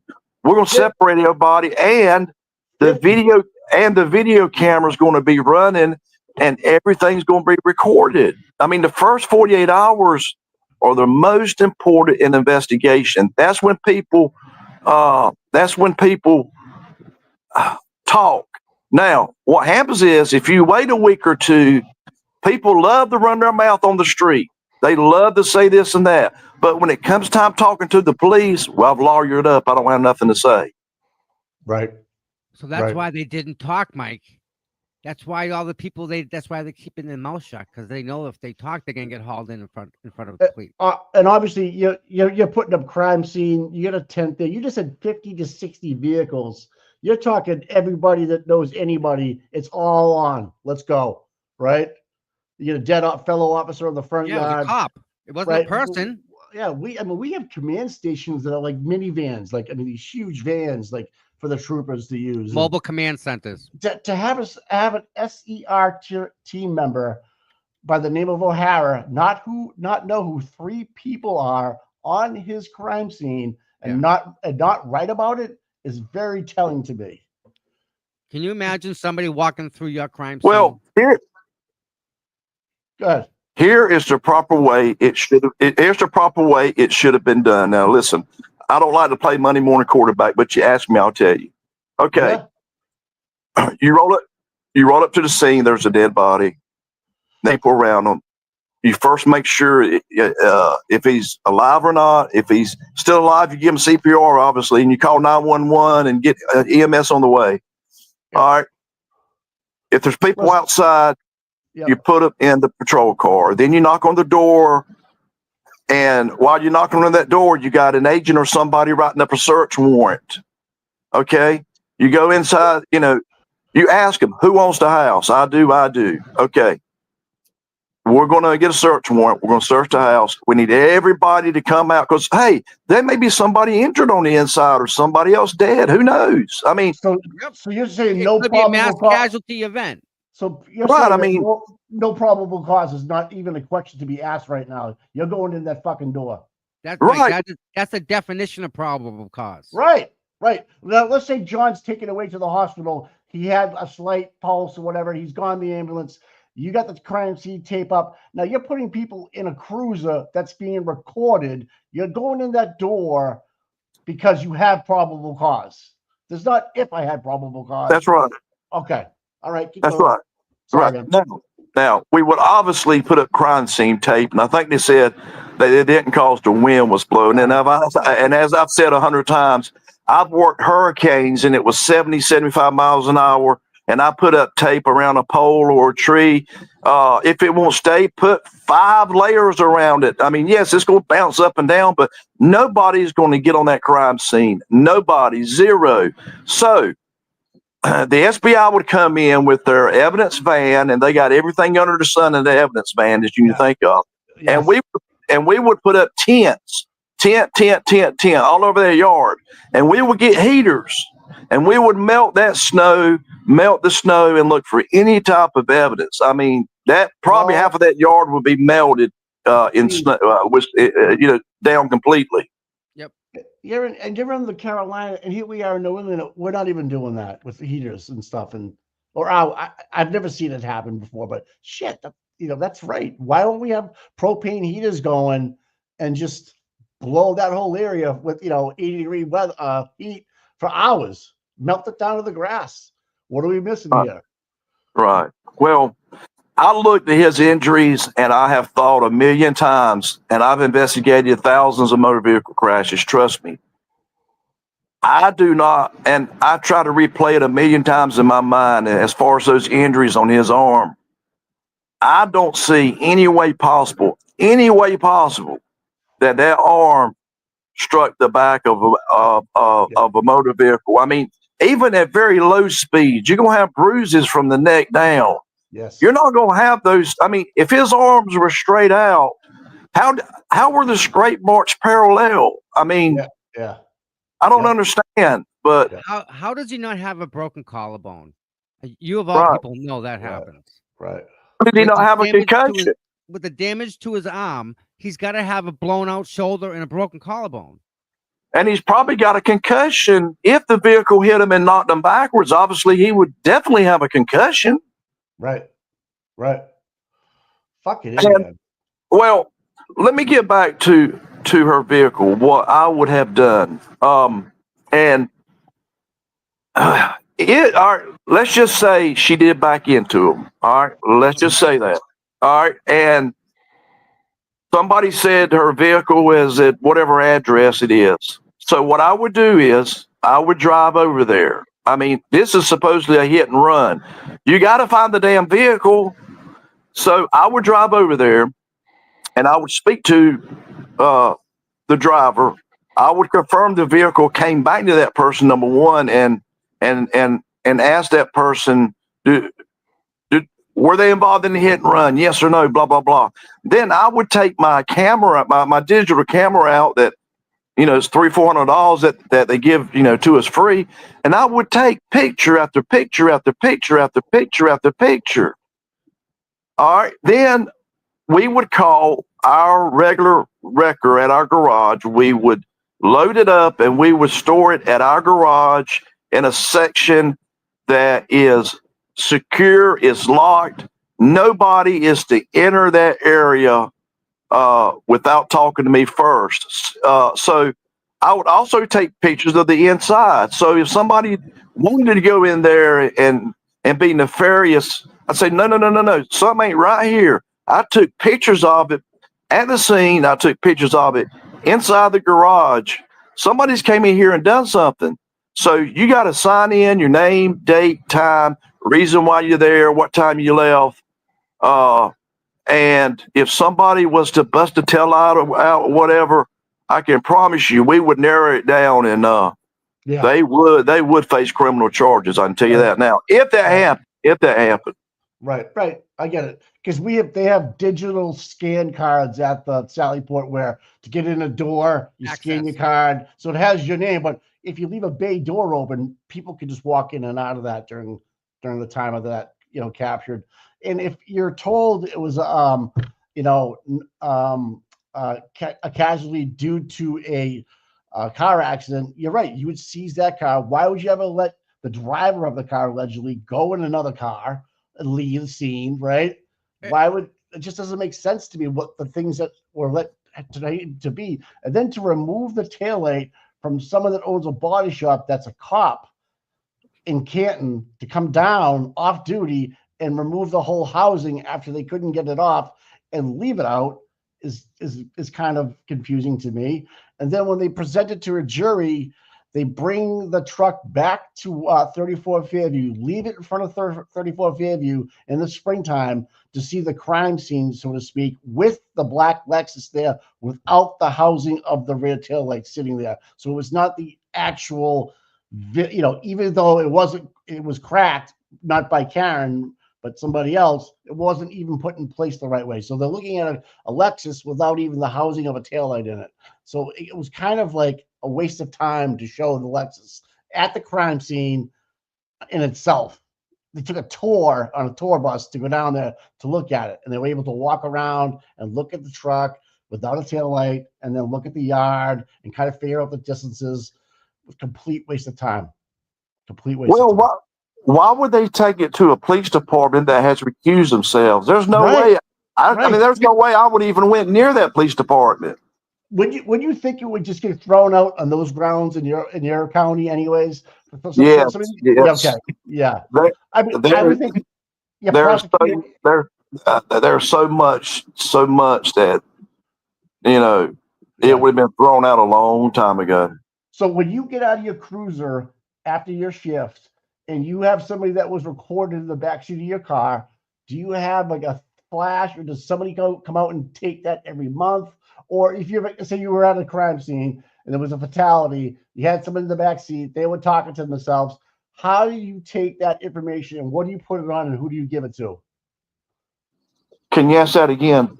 So if you have a fatality, you're on a site, you got somebody that you want to put in the back seat and detain, that might have been the driver, and do you want to know if they would say anything to themselves, or do you have a video camera in your back of your seat to videotape them as well, or in the front looking out, and you do have a DOA, and you go back to your shift to close your night out? Is there someone that you would turn that data over to and you'd sign off on it, and pretty much that's what I did and this is how it went?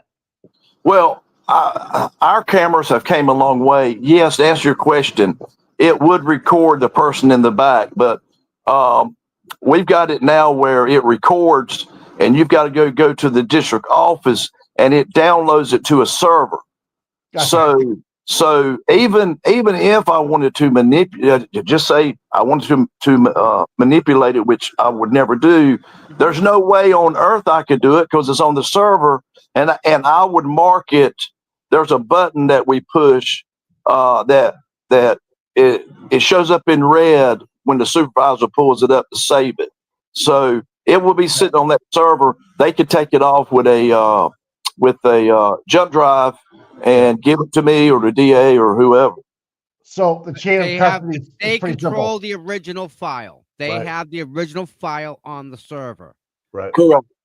And you have no access to it. So you can't even get into it, change it before it gets to the server. You have there is no way, zero I could touch that. So easy. Do you have body cams where you are? No, we don't. But I understand that I understand that they are going to those now. But no, we don't have them now. We just have the in-car cameras. That's cool. Well, it's kind of the same thing that we have up here. So we're at the same level, because I think body cams in itself changed the game as well. You're actually seeing it real time. Yeah. Well, I got a quick question. Go ahead. When you go to an accident, the accident then turns into a fatal. Okay. Okay. How many pictures of the vehicle would you say there is at the time of the accident, when they get to the vehicle, whenever they get, whether it's there, whether they have to find it, how many pictures are there of that vehicle? 75 or 100 or more. Holy shit. Well, you got to understand, you would take pictures on the inside, the outside, underneath, far away, close up. I mean, you would want a lot of pictures, because, if the person didn't do it, you got pictures. If the person did do it, you got pictures. And something else I would do as far as the investigation, say that she did it, I would get with the fire department, and I would walk up their ladder, and I would take a picture looking down at the roadway and the house. Yeah. Jurors are very visual. They want to see. Thank you. Everything. Thank you. You're absolutely right. Mike's been hopping on that to me for a while. Show them. I want to understand how you change metadata and how you get rid of it. Actually, like Denzel said in Philadelphia, talk to me like I'm a 5-year-old. That's like the way you have to talk to a juror sometimes, because not everybody is easy. Tom can do it in a second and he gets it. I'm not so much me. I'm a visual guy, like you just said, and I want to see. Okay, all right, I see how it went. So it can create a lot more reasonable doubt. Yeah. That's great. That was a great answer. And so, was there a training that you had to go to every couple of years to upgrade, like how many angles they in want? service. And I'm sure the DA never ever said to you, "That's too many pictures. You don't need to take too many of those." Right? More the better. Yeah. Right? Just keep going. Right? Yeah, to answer your question, no, we don't have training for. We go through 2 weeks. We go through 2 weeks in school, and then if you're a constructionist, you go to that side. But I didn't want to sit behind a desk 8 hours a day. I wanted to be out and about. So Yeah. they always preach pictures, pictures, pictures, pictures, pictures, pictures. Right. Pictures say 1,000 words, right? I mean, that's crazy. And you have a dash cam, obviously, so that helps them quite a bit too. That's good information right there, man. So I have a quick question. What's the consensus of all your peers or the ones that are talking about this? What's the general consensus down in South Carolina? Is that to North Carolina? North Carolina, sorry. I've only talked to maybe a couple of people and they just shake their head. I mean, we're not bragging. Hold on. You're breaking up really bad. You're it's the connection. When you talk, it's like breaking up a little bit. So can you just start over? I'm sorry. Can you hear me now? Yes. Okay. I'm not bragging, but we are known across the United States as the best crash investigators in the country because we do so many. I would have done this completely different. I would have done more investigating into looking at the pictures, looking at the damage, and interviewing. Like I said, you got to talk to people. You got to talk to people and have them fill out a statement. Now, they don't have to fill out a statement, but I've got them on tape. I'm not trying to trick them. I would tell people, listen, I'm taping this interview, audio and visual, just so you know, everything's going to be recorded. And 99% of people, is fine with it. Right. So to be honest with you, I see a lot of issues in this case. And like I said, I would have turned over everything I had. And in between me turning it over in the trial, if somebody came up and said, hey, I've got a ring door camera or I've got this I want you to see, I would go get it and I would give it to the district attorney and they could look at it and they would turn it over to the defense. We don't hide information. Like I said, if a judge finds out that you didn't turn everything over and that defense attorney stands up, he or she is not going to be happy. But I never had that problem because I turned over every bit of evidence that I had on the case. Well, I mean, there's no need to withhold it. So you were very liked by the DA's office because you were thorough, forthcoming, and probably a great witness on the stand, right? Well, yeah, I mean, listen, I lost cases because, I made some mistakes, say, on the affidavit for DWI. I may have put the wrong time down. And oh, my Jesus.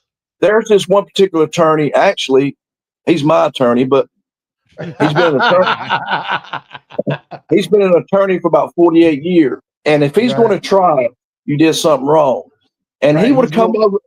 He would come over to me before the case, and we talk about it. Okay. And right before I got on the stand, he'd walk by and say, "Look at your times. Look at your times." And I knew he had me. And I lost the case. But at the end of the day, I told the truth, and we moved on to the next one. Right. Bingo. Because it's just a case. It's just another case, right? It's not personal. You're just doing your job. No, because we'd go out and eat lunch after the case. Right. I mean, look, let me be clear. I did not help him in any way. I gave him my packet. I said, "Here it is." Yeah. He looked through it. He has that looks at everything before he comes to court. So he already knows wrong. So, like I said, he tell me, look at your times or look at your stop or this or that. And I'm like, he's got me. He's got me. Even though that person blew a .16 and they were impaired, I may have, like I said, missed putting the time down wrong or this or that, and the judge tossed it out. But look, I won't matter upset. I saved somebody's life that night. I did my job, but but I learned, and I didn't make that mistake. Sometimes cases to learn what to do the next time. I got a question for you. All right. Well, two of them. One of them, have you ever had a case that just stumped you, like a motor vehicle accident that was a fatal, that you just couldn't figure out what did what? Like, have you ever had one of those cases? And the second one, go ahead. You're talking about your reputation with the judge and the court, regardless, because you'll be known as someone that tells the truth or someone that makes a lot of mistakes and maybe doesn't. Do you think the judge in this case knows what we all see? Or is she just looking at what the defense and prosecution are dealing with in court? Does she know? Is she part of this, do you think?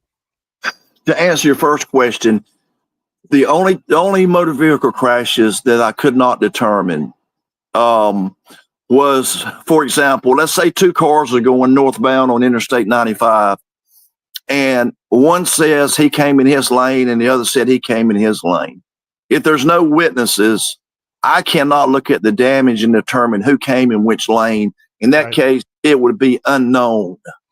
But as far as a fatality, late at night, most of the time is dealing with alcohol.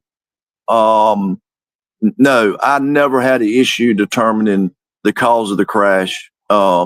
With a fatality. Now you got to understand, I wouldn't have been the only trooper there, as far as a fatality, unless I was the only one working. There were several times from midnight to 6 a.m. I was the only trooper working the entire county. Right. So to answer your question, no, I always figured out the fatality. Okay. Now, as far as her, a lot of those questions that they're asking and the prosecution is objecting to, those questions can be answered. Yep. They can be answered very easily.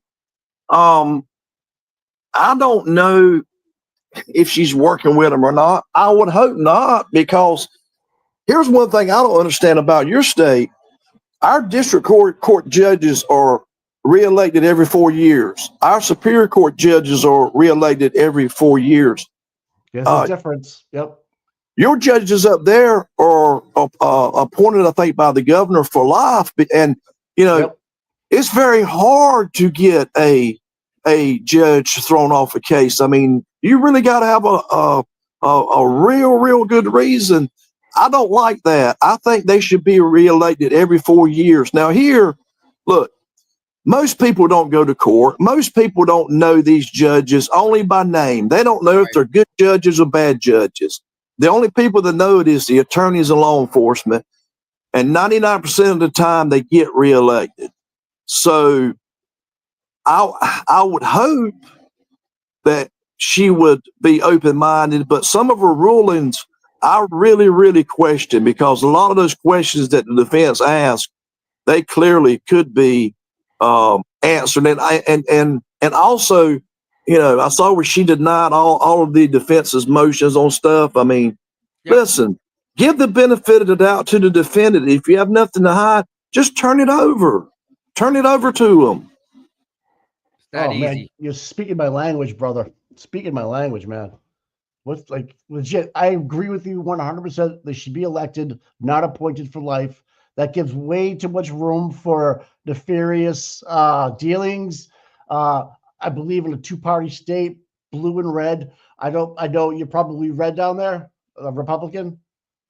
On the federal level, but not now. On the state level, will So they, sort of. they're kind of like us, I think, Mike. They're kind of mixed like us. Good. Well, it's good if they have more blue and red together. You get purple, and you can see, and you can see a clash on each side. But at least you have an argument from both sides, which whether which way you fly, that's fine. But up in Massachusetts, the whole fucking state's blue.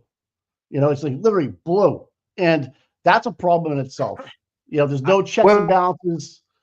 Good. Well, down here, the only time the judge appoints a judge is if the judge dies or the judge resigns or something to that.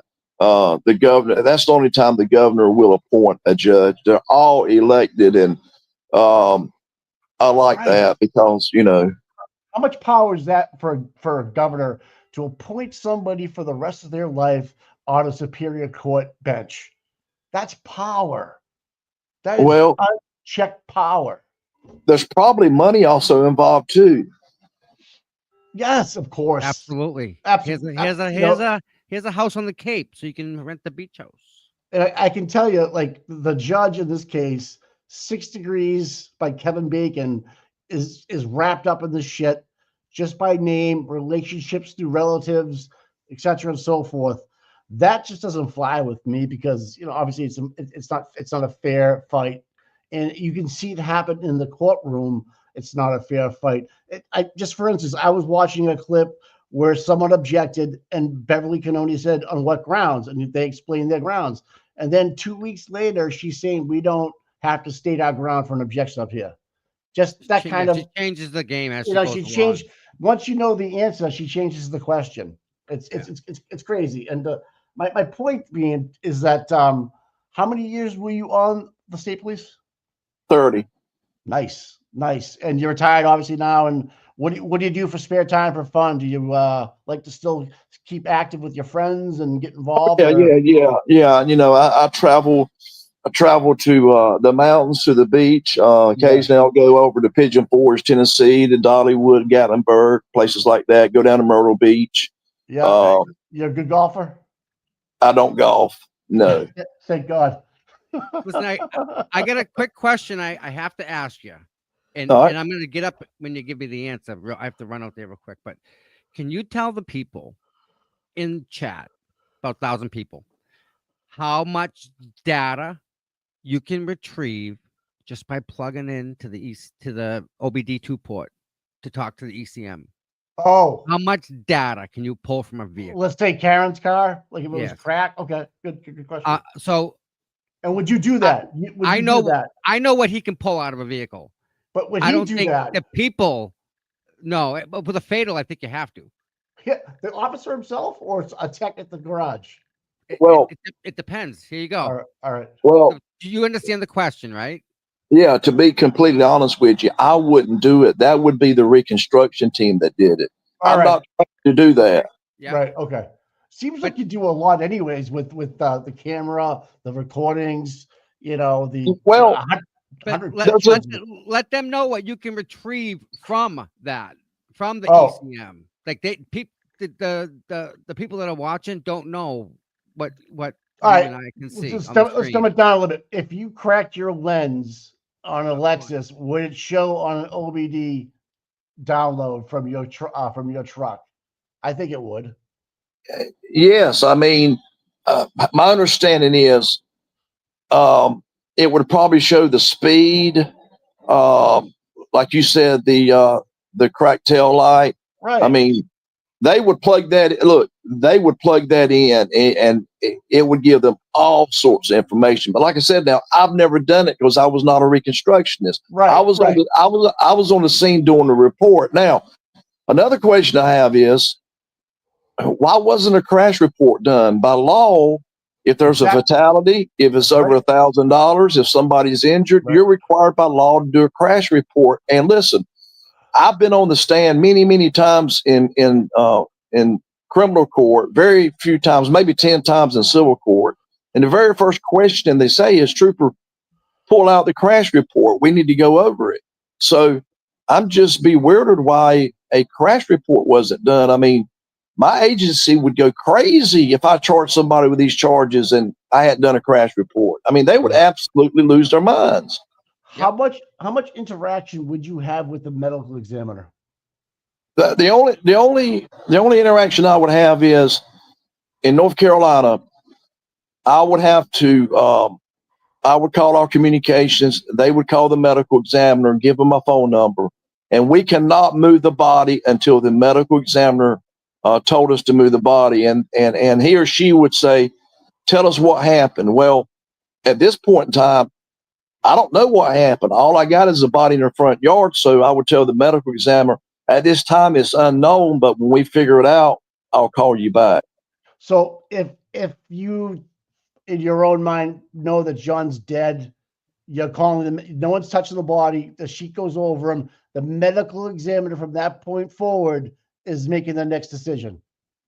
Yes, the body would be taken probably to the hospital, and then they would okay, all right, okay, go from there. So you would load him in, you would load him into a bus, get him to the hospital, and then the medical examiner from that point would take over. Now, would you mark in the areas where you took the body from with a cone or whatever you would use, so you would have some kind of substance of where the body was at one time? Yes, the body and any evidence we use paint that is water repellent, and I would have went beside him, and I would have made a straight line to his feet, come back up, and come to his head. If I found anything else, I would circle it.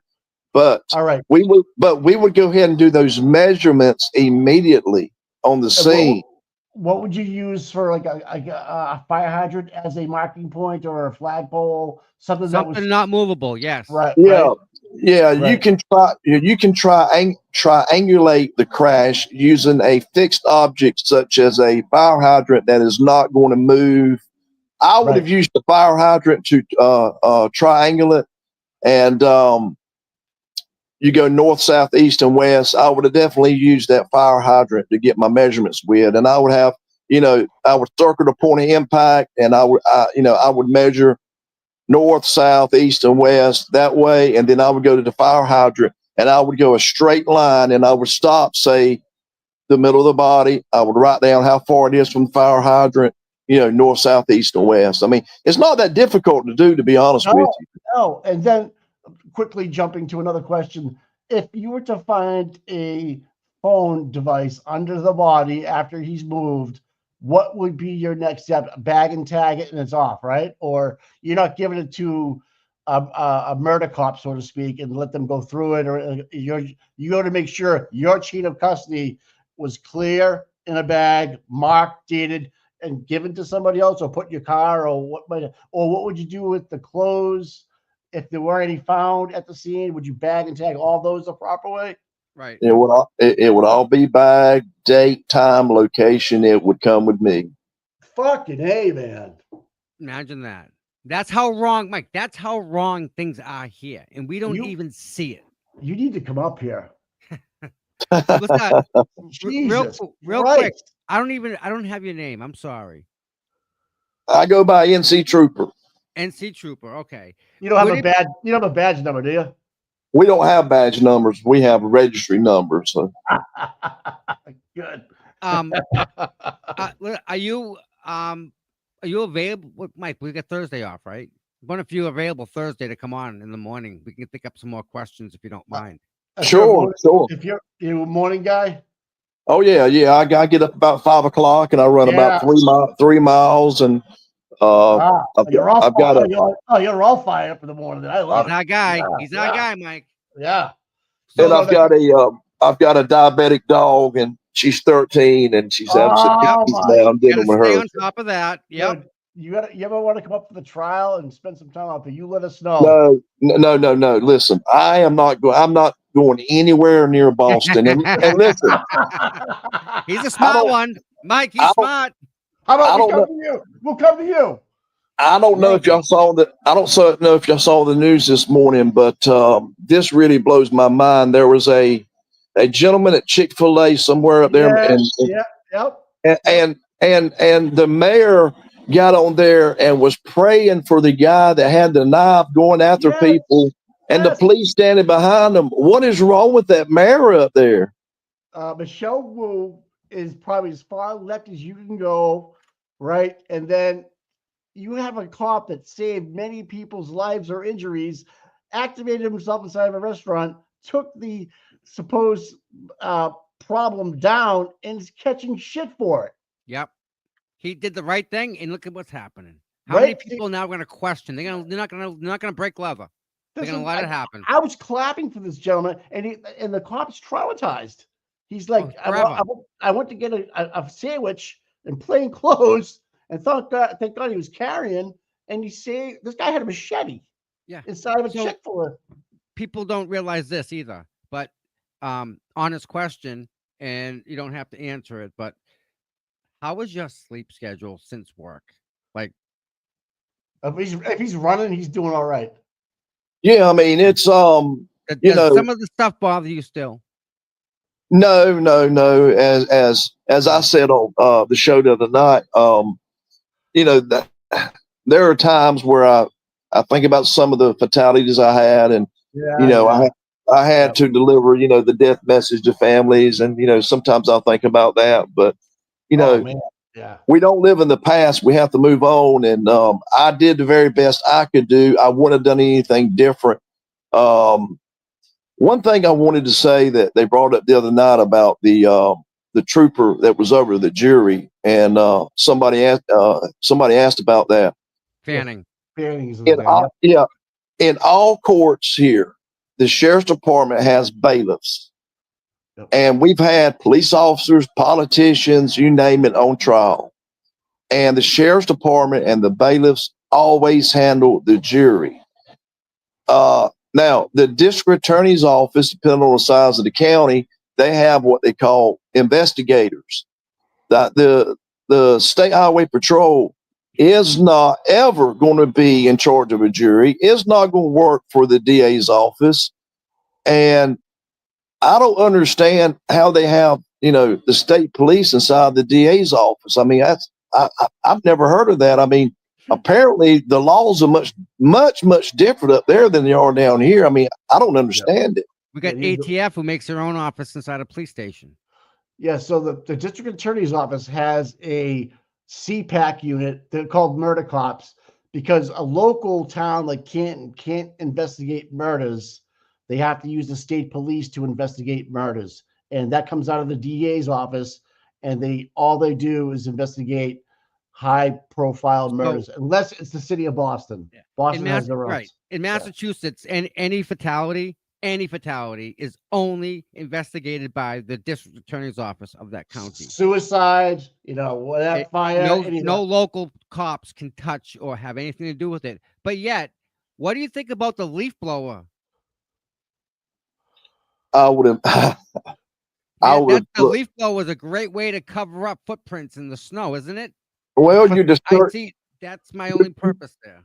You're disturbing evidence. You don't use a leaf blower. Use heaters. You melt that snow. Look, if we had taken control of that scene, we may have been there for 10 days or 5 days. We would have told the homeowners, y'all need to go somewhere else. We'll call you when you come back. 5 days. We are not going to rush through an investigation. Now, I'll say this, being that it was a police officer that was involved, the head district attorney probably would have came to the scene, to be honest with you, just to see what was going on. They wouldn't have told us what to do by any means, but they would have come to the scene because, they want to know what's going on. Now, being that it's involved a police officer, I have seen it here. Politicians, police officers, high profile people. The local district attorney never tries the case. The attorney general's office steps in and they take control of the case, and a judge comes in from the furthest they can from the county that it occurred, so it won't look like any bias. There would never be a local judge, over this case here. It will be somebody that you've never even heard of. What the fuck? Dave, he did say that he would have went in the house. That's a no, but yeah, absolutely. Another question. I don't mean to put you on the spot, but and being, a blue line, you look out for each other. Have you ever had to cross that line to take care and do the right thing and maybe investigate one of your own for OUI, or do you have a blue line? I won't put you on the spot and let's say, hey, listen, follow me home or whatever that might be. Do you always follow the law of the letter? Yes, come to think of it, I've written a couple of police officer speeding tickets No, over the years. Look, we have had troopers that did stop other troopers for DWI and let them go. Look, sure. people don't keep their mouth shut. They got arrested just like anybody else. You're the one that put yourself in this situation, not me. If I let you go, then I'm going to lose my job, and I'm not going to lose my job. So, did I ever stop another trooper driving while impaired? No, absolutely not. If I had of, believe it or not, yes, he or she would have been treated just like anybody else, because you know we are not above the law. There you We, go. we There you go. and you know better. You know better to get out here and drink and drive. And I would say a lot of troopers lost their jobs over DWI and domestic violence. Those would be the two major things that they lost a job over. It wasn't because they didn't investigate a crime scene correctly, because we always did. Did we make minor mistakes? Sure. But Would you some ever take a picture of a crime scene of a fatality and send it around as a joke? no, if I I'm did, I'm just asking. I don't mean to be rude. I'm just asking because we have that going up here now about a certain person that was arrested. Is she hot? All that stuff. You heard You're it looking for all. naked pictures in her But they're phone. going through a C's phone and then texting A their group chat. bosses Group chat. in a group chat about this girl, Karen Reed. And ab- nobody spoke up and said, "Hey, dude, that's a little bit over the line." Not one That person. would not happen in your. That would not happen. I have never seen it happen, and I would never participate in anything like that. Absolutely not. No, Yeah, that's awesome. Have you heard of anything like that happening before down there? no, no. Good. Jesus This is the Christ. first time I've heard of in this case, this is the first time I've ever heard of anything like that. So Ever. I can say this then with certainty that it wasn't the first time this has happened. They have investigated other murders or arrested other good-looking girls and went through phones and done the same thing. This is not their first rodeo. And my second part would be: have you ever been involved with a high-profile, let's just call it an OUI or a crash, where you knew this person, whether inside the courtroom or a lawyer, and what would you do? I know you said no one's above the law. You're following it by the book. I didn't put myself in this situation. You did. I'm here. It's going by the book. And then would that case be moved out of your jurisdiction? If as far as jurisdiction, what now? Like your courtroom, your district court, would you normally step in and testify? Would they move it away from that judge or another judge come in? If let's just say you had a high flying attorney that you popped him for a crash and he was drunk, you arrest him. Would they take that highfalutin attorney and move him to another courthouse just because of bias? Or would he? No, that Oh, no, they would still have the same courtroom, but they would have a judge that nobody's ever heard of. interesting. Interesting. Now, let me take that back.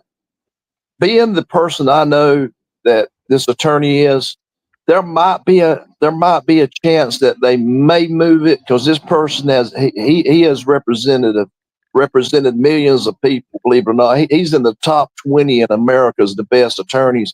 They would move it a couple counties over. I don't know, because most people know him. But if I had to guess, it would be in this county, and they would just pick another judge, and the attorney general's office would prosecute it, not the local DA. And you would have that report with every I dotted, every T crossed, double checked, triple checked, all your videos in line, the dates, times, everything. You would not make a mistake. And then by doing that, your next one is just going to be just as easy. But when you keep making mistakes and using that, let's just say like Proctor did by spelling the names wrong and calling it a Scribner's error. How many Scribner's errors have you had in your career? How many what? Like writing A Scrivener error. He's asking how many of them you've had. You've written a report where you've had 5 names that you're writing a report about that was spelled wrong, and then handed that report in, and then had it entered into court. But people, they spelled their names wrong on purpose, we think. Well, I would learn, in the past not to do it again. But I mean, I can't imagine spelling somebody's name wrong. I mean, I don't even think about that. All right. See, like you would just go off their copy of their license and so forth and so on. Now, would you call any type of geofencing in or call any phone companies in your state? We would probably subpoena a phone expert as far as the butt dialing and have them explain how it can't be done. We were as far as the crime scene, there are hundreds of retired law enforcement that have gone into their business, and all they do is go testify, for the defense on how to properly investigate a crime scene. So they would probably call somebody like that to come in and testify as an expert. Like you did it one way, and now this retired officer would come in and say, well, I would have came at it this way and try to create a reasonable doubt why you did it that way. Correct. Okay. All right. Okay. Correct. Nice. Thank you. Yeah. All righty. So, Mike, here's the thing with that. When they explained it to me when I was in the academy, like he was saying, if he pulls somebody over and they've had too much to drink, reason to get pulled over, for example, and he lets that person go, the cop, is now responsible for that person's decisions from that point on. He's already made a bad decision to be in the position he's in. That's on him. If any cop comes up to the car, any one of them, and lets him go, that's on the cop. He now owns that entire scene and what happens after. That's why it's important to do what you do. And one more quick question before we go. How important is it that when you put the handcuffs on somebody, how important you're taking their liberty away from them, their freedom? Can you just real quickly explain these to the audience about taking someone's freedom away from them? How important that is? Well, it's very important. You better make damn sure that you got probable cause, first of all, to charge the person and to put them in handcuffs. I mean, listen, especially for DWI, you charge somebody with DWI, they may find them guilty or not guilty. You're fixing to ruin their life. They're probably going to lose their job. It takes about a year to go to trial. And if there's a blood draw, it may take a year and a half. That's why it's so important to take notes, because if you got a case going to trial a year and a half after you stop somebody, look at all the cars you stopped in between. You ain't going to remember that particular stop. You might remember just a little bit, but it's important to take detailed notes on that stop so you can remember it. I can tell you this: everybody I put handcuffs on, in my eyes, they were guilty. It was them. I took good notes. I did my job. Now, when it went to court, it's out of my hands. All I can do is tell the truth. I'd like to tell you real quick a couple of guys I had that were really your mind if you got just a minute. Yeah. I had two DWI cases one day in front of this judge, and this judge was the worst judge I've ever been before. And he actually he ran for superior. He ran for the Court of Appeals, got beat bad, blah blah blah. So I had 2 cases, and he got them totally wrong. The first case I had, this couple was sitting at a stoplight, and this girl, instead of turning right, she hits them head on. So I get there, and she's sitting on the curb, smoking a cigarette. And then I say, "Put your cigarette out." She blew in the alcohol sensor. Now, the alcohol sensor, whatever number shows up, you cannot say that in court. If it's over 0.08 or higher, you can say it was positive or negative. So anyway, I arrested her, took her down. She blew a 428. She's over You're breaking up. You're breaking up. We didn't hear what. Yeah, we didn't hear what she blew. We had started breaking up at that point. All right, she blew a .28. Whoa, Jesus. 28. Now, the people that got hit came to court, said she was driving.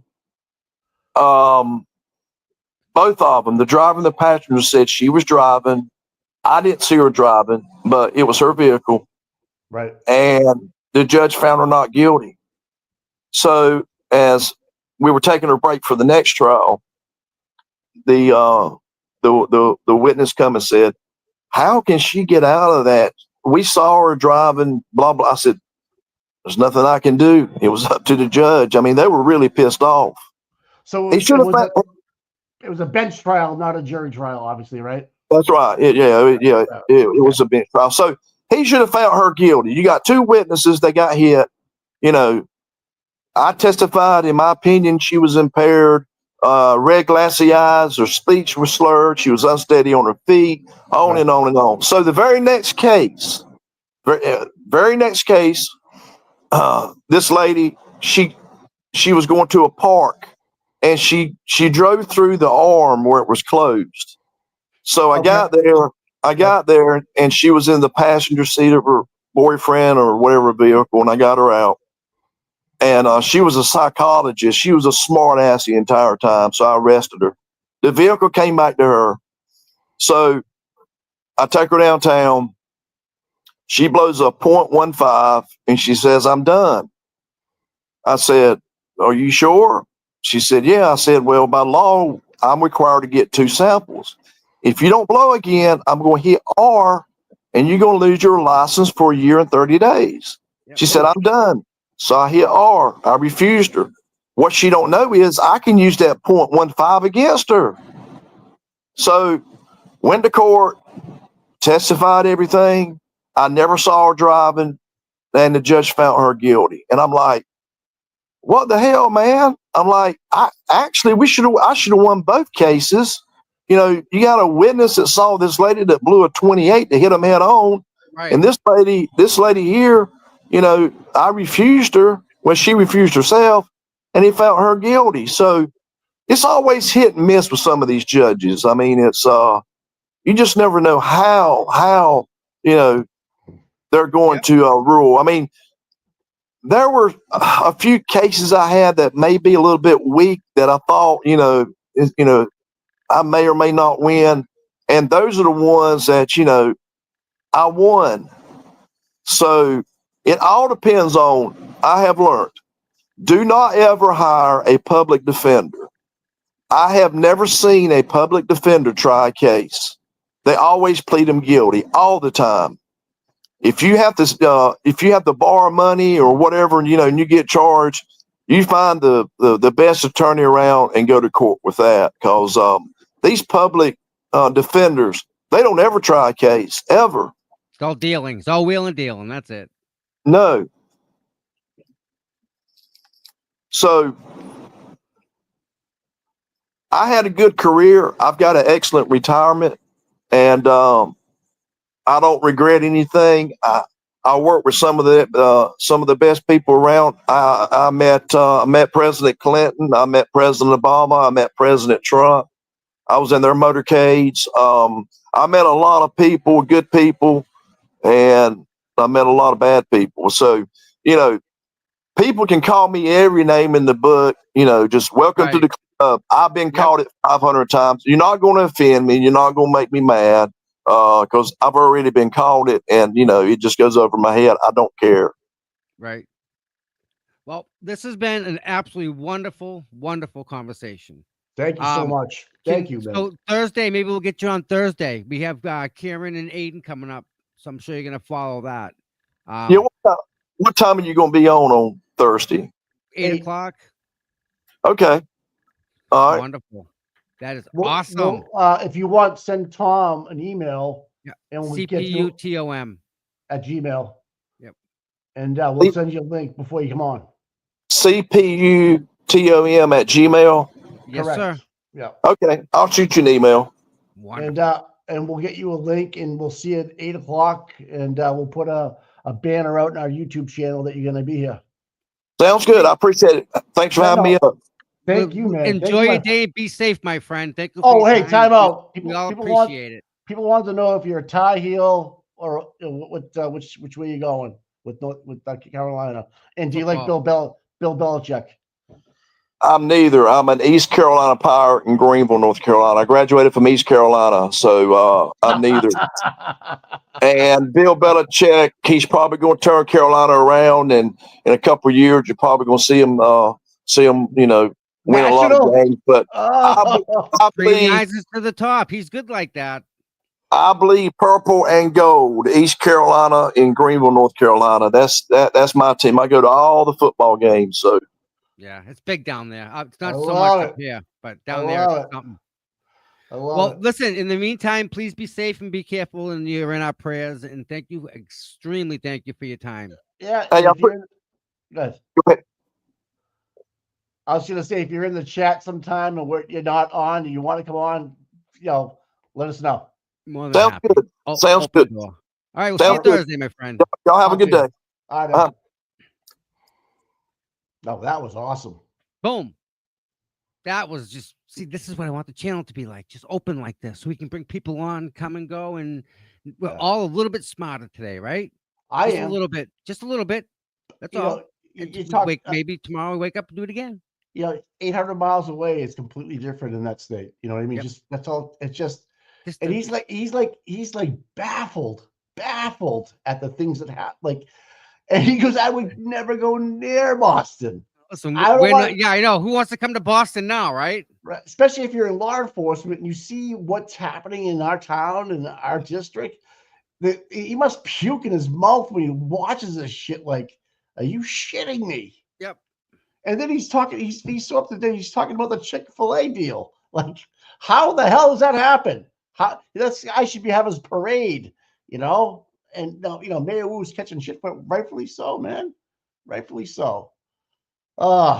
Great show. We got something out. Hold on. Let me pop something just popped out here. I sent you the witness list for last year, or maybe it was the 70 witnesses they had last year. Just so you know, I have that.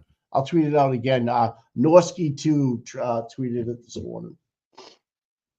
Oh my God. Ooh, Mike, what's that for? What did I do? Oh my God. What?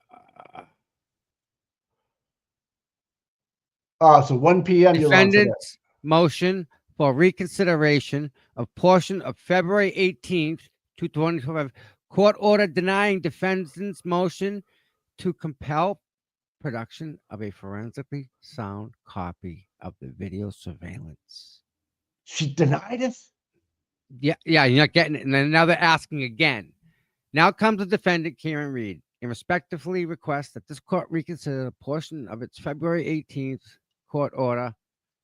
It's denying a request for metadata underlying these critical videos in law enforcement custody. The court indicated that there is no affidavit of an expert or any evidence before the court that procedure agreed to by skilled counsel for both parties would result in destruction of metadata, which is messed up. In light of the court's ruling, defendant submits the supplemental affidavit of defense expert Matthew Erickson, which establishes the procedure proposed by the Commonwealth and ordered by the court will result in destruction of relevant metadata that is critical to Mrs. Reed's defense and necessary in order to verify the authenticity of any additional Canton Police Department video surveillance footage that is provided in connection with this case. Right. All right. All photographs, video, audio, or other tangible objects. Relative to the case, the metadata underlying the Canton Police Department side of it is clearly a relevant, tangible object in constructive possession of the Commonwealth, which is directly bears the accuracy, right, authenticity. Blah, blah, blah, blah, blah. Okay, so this is just saying what we were talking about. In short, by simply dragging and dropping the files from the police department to the USB, the relevant metadata to verify associated will be destroyed. Right. So what's the ruling? She's not ruled on it yet. No, she didn't rule on it. They submitted it to it. So this is filed. This has been filed. First item, report of the Commonwealth dated February 27th, 25. Sergeant Paul, yep. He's the retired guy from Canton, dating an after-the-fact chronological of his purported handling of the Canton Police Department video footage as in case. According to this new report, which was not produced by the Commonwealth until after the hearing on this issue, Sergeant is claiming that he was responsible for downloading of all video surveillance footage from the Canton Police Department in this case. Exhibit A. There you go. According to the Sergeant D, he downloaded certain videos, including the inverted video, onto what he refers to as Detective Drive. Okay. So I guess Canton's got a Detective Drive now. He refers to it that way.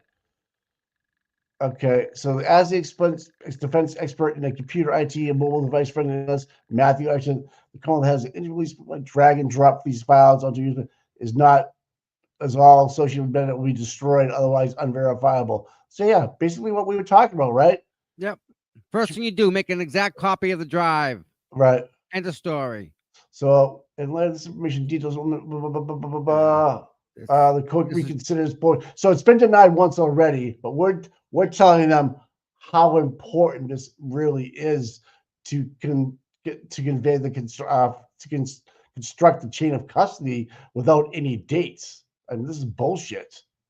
And especially after what happened over the weekend with that picture of the screen in her own courtroom being, oh my God, big dump today, huh? Holy shit. FXT box. Okay, yeah, that's no big Fox deal. Boston. Yeah. There's your motion right there. No, we just read that one. Yeah. For sound copy. Yeah, and then Little again. We want that. Right? There's Mr. Erickson. Yep, he's the guy that flew up to look for the original data. And they said, yeah, come on. And it wasn't there. And now we have it by file name under that picture on someone's computer because we have date taken and date modified. Yep. Okay. And there's Miss Little right there. She's all over this shit. Love it. Love it. And wow. It's going to be a busy day. So. It's going to be a busy week, Tom. Yep. In the meantime, trying to help a couple creators get on their feet. Yeah. Get them up and going. See what little project stuff. We'll see what happens. So. All right. Listen, we're going on 3 hours. It's been a day. Flip my head's like, how's a cop from North Carolina find you fucking bozos? Just like the person out in Montana found us. Just did. That's it. It just did. Someone took a big dump today. Holy shit. Thank you, Lord. I'm watching this on TV. I know. Wow. Now, when does she have time to rule on? So this is all before she's a month to get everything all situated. All right. So, a month, Mike. So all reciprocal discovery is due on the 6th of this month, dude. Yeah. So she's got a couple of days to get through this. Yep. How can she deny metadata, knowing now how important and maybe fully because you know what? And there's no, it doesn't hurt. It doesn't hurt anybody. It shows you truth. That's what that does. And they don't like this guy from the Carolinas, like. How we would never. How could you ever? What he can't fathom it. It does. He can't even get to that point. You be known as this person. You be known as that person. You don't ever want to be involved with that stuff. You lose your job. We're broken, and we just let it go. We just let it go like it's normal, Mike. Yeah, and this guy's so. Corruption. And you're like, you asked a great question. How do you sleep at night? He's like, I sleep fine. I did the right thing every day of, right. Yep. I did the right thing every day when I went out there on the streets to protect people. And then he would say, I saved a life that night. You know? He did. And every time he worked, he did his best. And that's why he sleeps at night. That's why the guy went to the next level with me. Like, that's not just to do my job. I saved a life that night by doing the right thing, maybe getting somebody locked up or getting their license taken away. Or, prosecuting somebody for, a DUI that killed somebody drunk driving, Hey, I'm sorry. Not my fault, your fault, but you got me. and this is my job to do this, and that's black and white. There's And when you do your job like that, Mike, the black and white, it makes it so much easier. and you're not going to get a text like, "Nah, nothing's going to happen. He's a Boston cop." That's Just never like- going to happen. That's never going to happen in his world. Never going to happen. Or the guy's a Charlotte cop, or what have you, the capital of North Carolina, right? Or Yep. Eastern Carolina. He went to Eastern Carolina. That doesn't matter anymore, buddy. You fucked up. I'm here. I got to report this. I'm not losing my job for a piece of Exactly. Is it worth it? That one question, that one decision, that one time, is it your job worth it? So how are we even having a case about Michael Proctor keeping his job? How are we even talking about that right now? Kind of weird how he's still employed, isn't it? Yeah, but I'm sorry, he's not employed, but he's still He is Suspended. employed. No, he's Suspended. still employed. He's Well, employed no- by the state police. They Yeah, employ but him. he's without pay. Doesn't matter. Doesn't matter. He's still Right. police officer in But Massachusetts. this guy was like, you would be fired. There's not yeah. even a commitment. I should ask him maybe on Thursday. Thursday, write it down. How strong is your union down there for keeping these guys that break the Mike, they Yeah. self-union themselves. If there's a bad dude, you know? he won't. They'll make his life horrible because they can. The Like, how cops can. They're the worst guys to fuck with. I guess a question for me would be like, how would have you ever had a fellow trooper that has been under scrutiny, and Right. has gone to 3 separate Bingo. trials? Yep. Like, But see, Mike, they would never even get to close to that. Yeah, we're already like, yeah, okay, well, 3. He just, yeah. It's all backwards, Mike. that's And all we because know. We're That's all in we the know. forest. That's right. That's right. Yeah, Think I of the can't- people in North Korea. I can't. They it's- only know what they're told, right? right. There's no public radio. There's no- nothing. Yeah, They know what they're told. fucking So- sheep. All right, listen, everybody, write down the questions. Yeah. I'm gonna try and get some creators on, some new creators, and try to get them on the show. Speaking to of hang that, out. I'll be on the Young Jerks tomorrow night with the select Yep. board meeting with Everything Mike. Canton. Yep. Everything. No, Good not luck everything. with that, buddy. Man. No, it's Young Jerks, not everything Canton. Yeah. So Mike, Tonight, Yeah. if Will is in the chat or if someone is talking to Will, I need to talk to him to take him out to dinner. It's something important. fuck you, flip ahead. Flippa! Fucking look at you, Boston He's Mike is just the an old guy with 2 broken thumbs. with a fucked up face. You see him with his roller, with his broken thumbs, trying to wheel his Sure. wheeler, his old Sure, walker. I would say I'm coming after you, but I can't. I can't. I can't. You All right. motherfucker. 247. Everybody, you guys are the best. I love Wow. all you guys. There's a guy. Hey, Tom, I wanted to mention one more thing. Shit, what is it? What's up, buddy? If you let me up, he wants to come on real quick. Oh, hey, it's the same link. Same link, bro. Yeah. Joe There's the Flipperhead's a Glera. dick. Glera, there's Thanks, bro.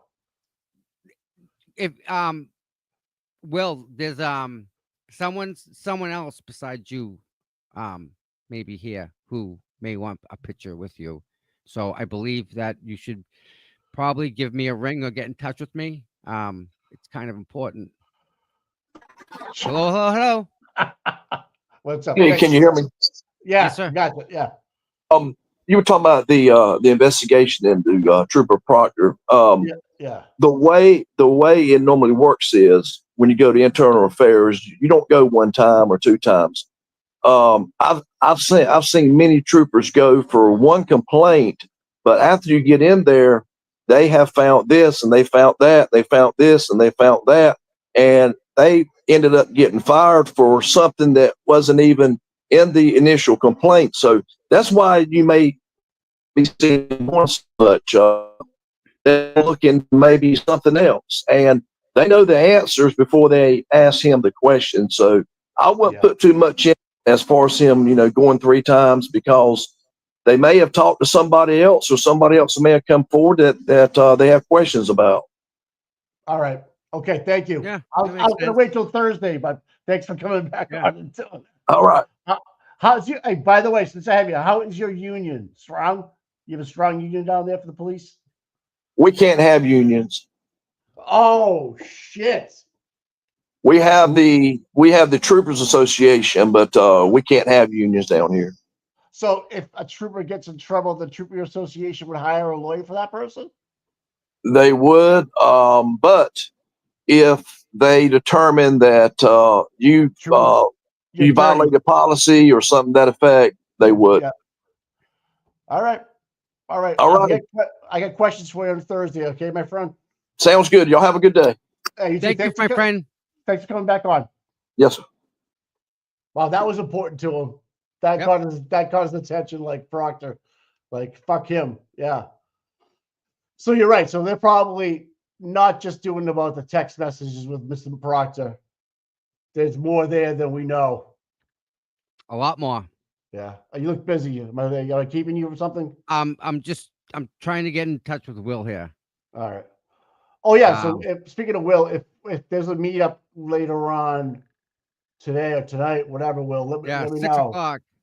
DM me or something, guys. All right. Yeah. Just want to make sure Will gets the message. So. All right, I'm gonna head out. I'll let you close it Yeah. out. Peace out, my friend. I'll see you later. Great Monday morning show. What a way to start the week, huh? Yes. And Love it. chat. Thank you. Flip ahead. You know how I feel about you, mother. Okay. I can't wait for you to get up here, bro. I'll make sure you get arrested. Nice. Erica Walsh is starting a new channel. Nice. Fucking everybody, let's go. You get a channel. You get a channel. We need an Oprah. Nice. Thank you, Will. Thank you. Awesome. Okay, so Esty's on right now, I believe, right? Yep. Everyone run to Estes. All right. Share the love with everybody. Let them All right, all know that we sent you. And Peace out. again, Peace out. everyone, thanks for being here. Love you all. All right. Love you. Talk to you, Mikey. And everyone else, we will see tomorrow. We will see you at 8 o'clock, maybe a little early for Karen's trial. Bring your signs. Bring the love. Gonna try and raise some money tonight for the meal train for the net. So be ready for a little notification and save some money today, even if it's a couple bucks. We're gonna try and get it to the net. So that's a tough one to deal with. So we gotta fix that. All right, everybody. I love you all. Have a wonderful day, and we will see you later on tonight. Not telling you when, but you'll know. Bye, everybody.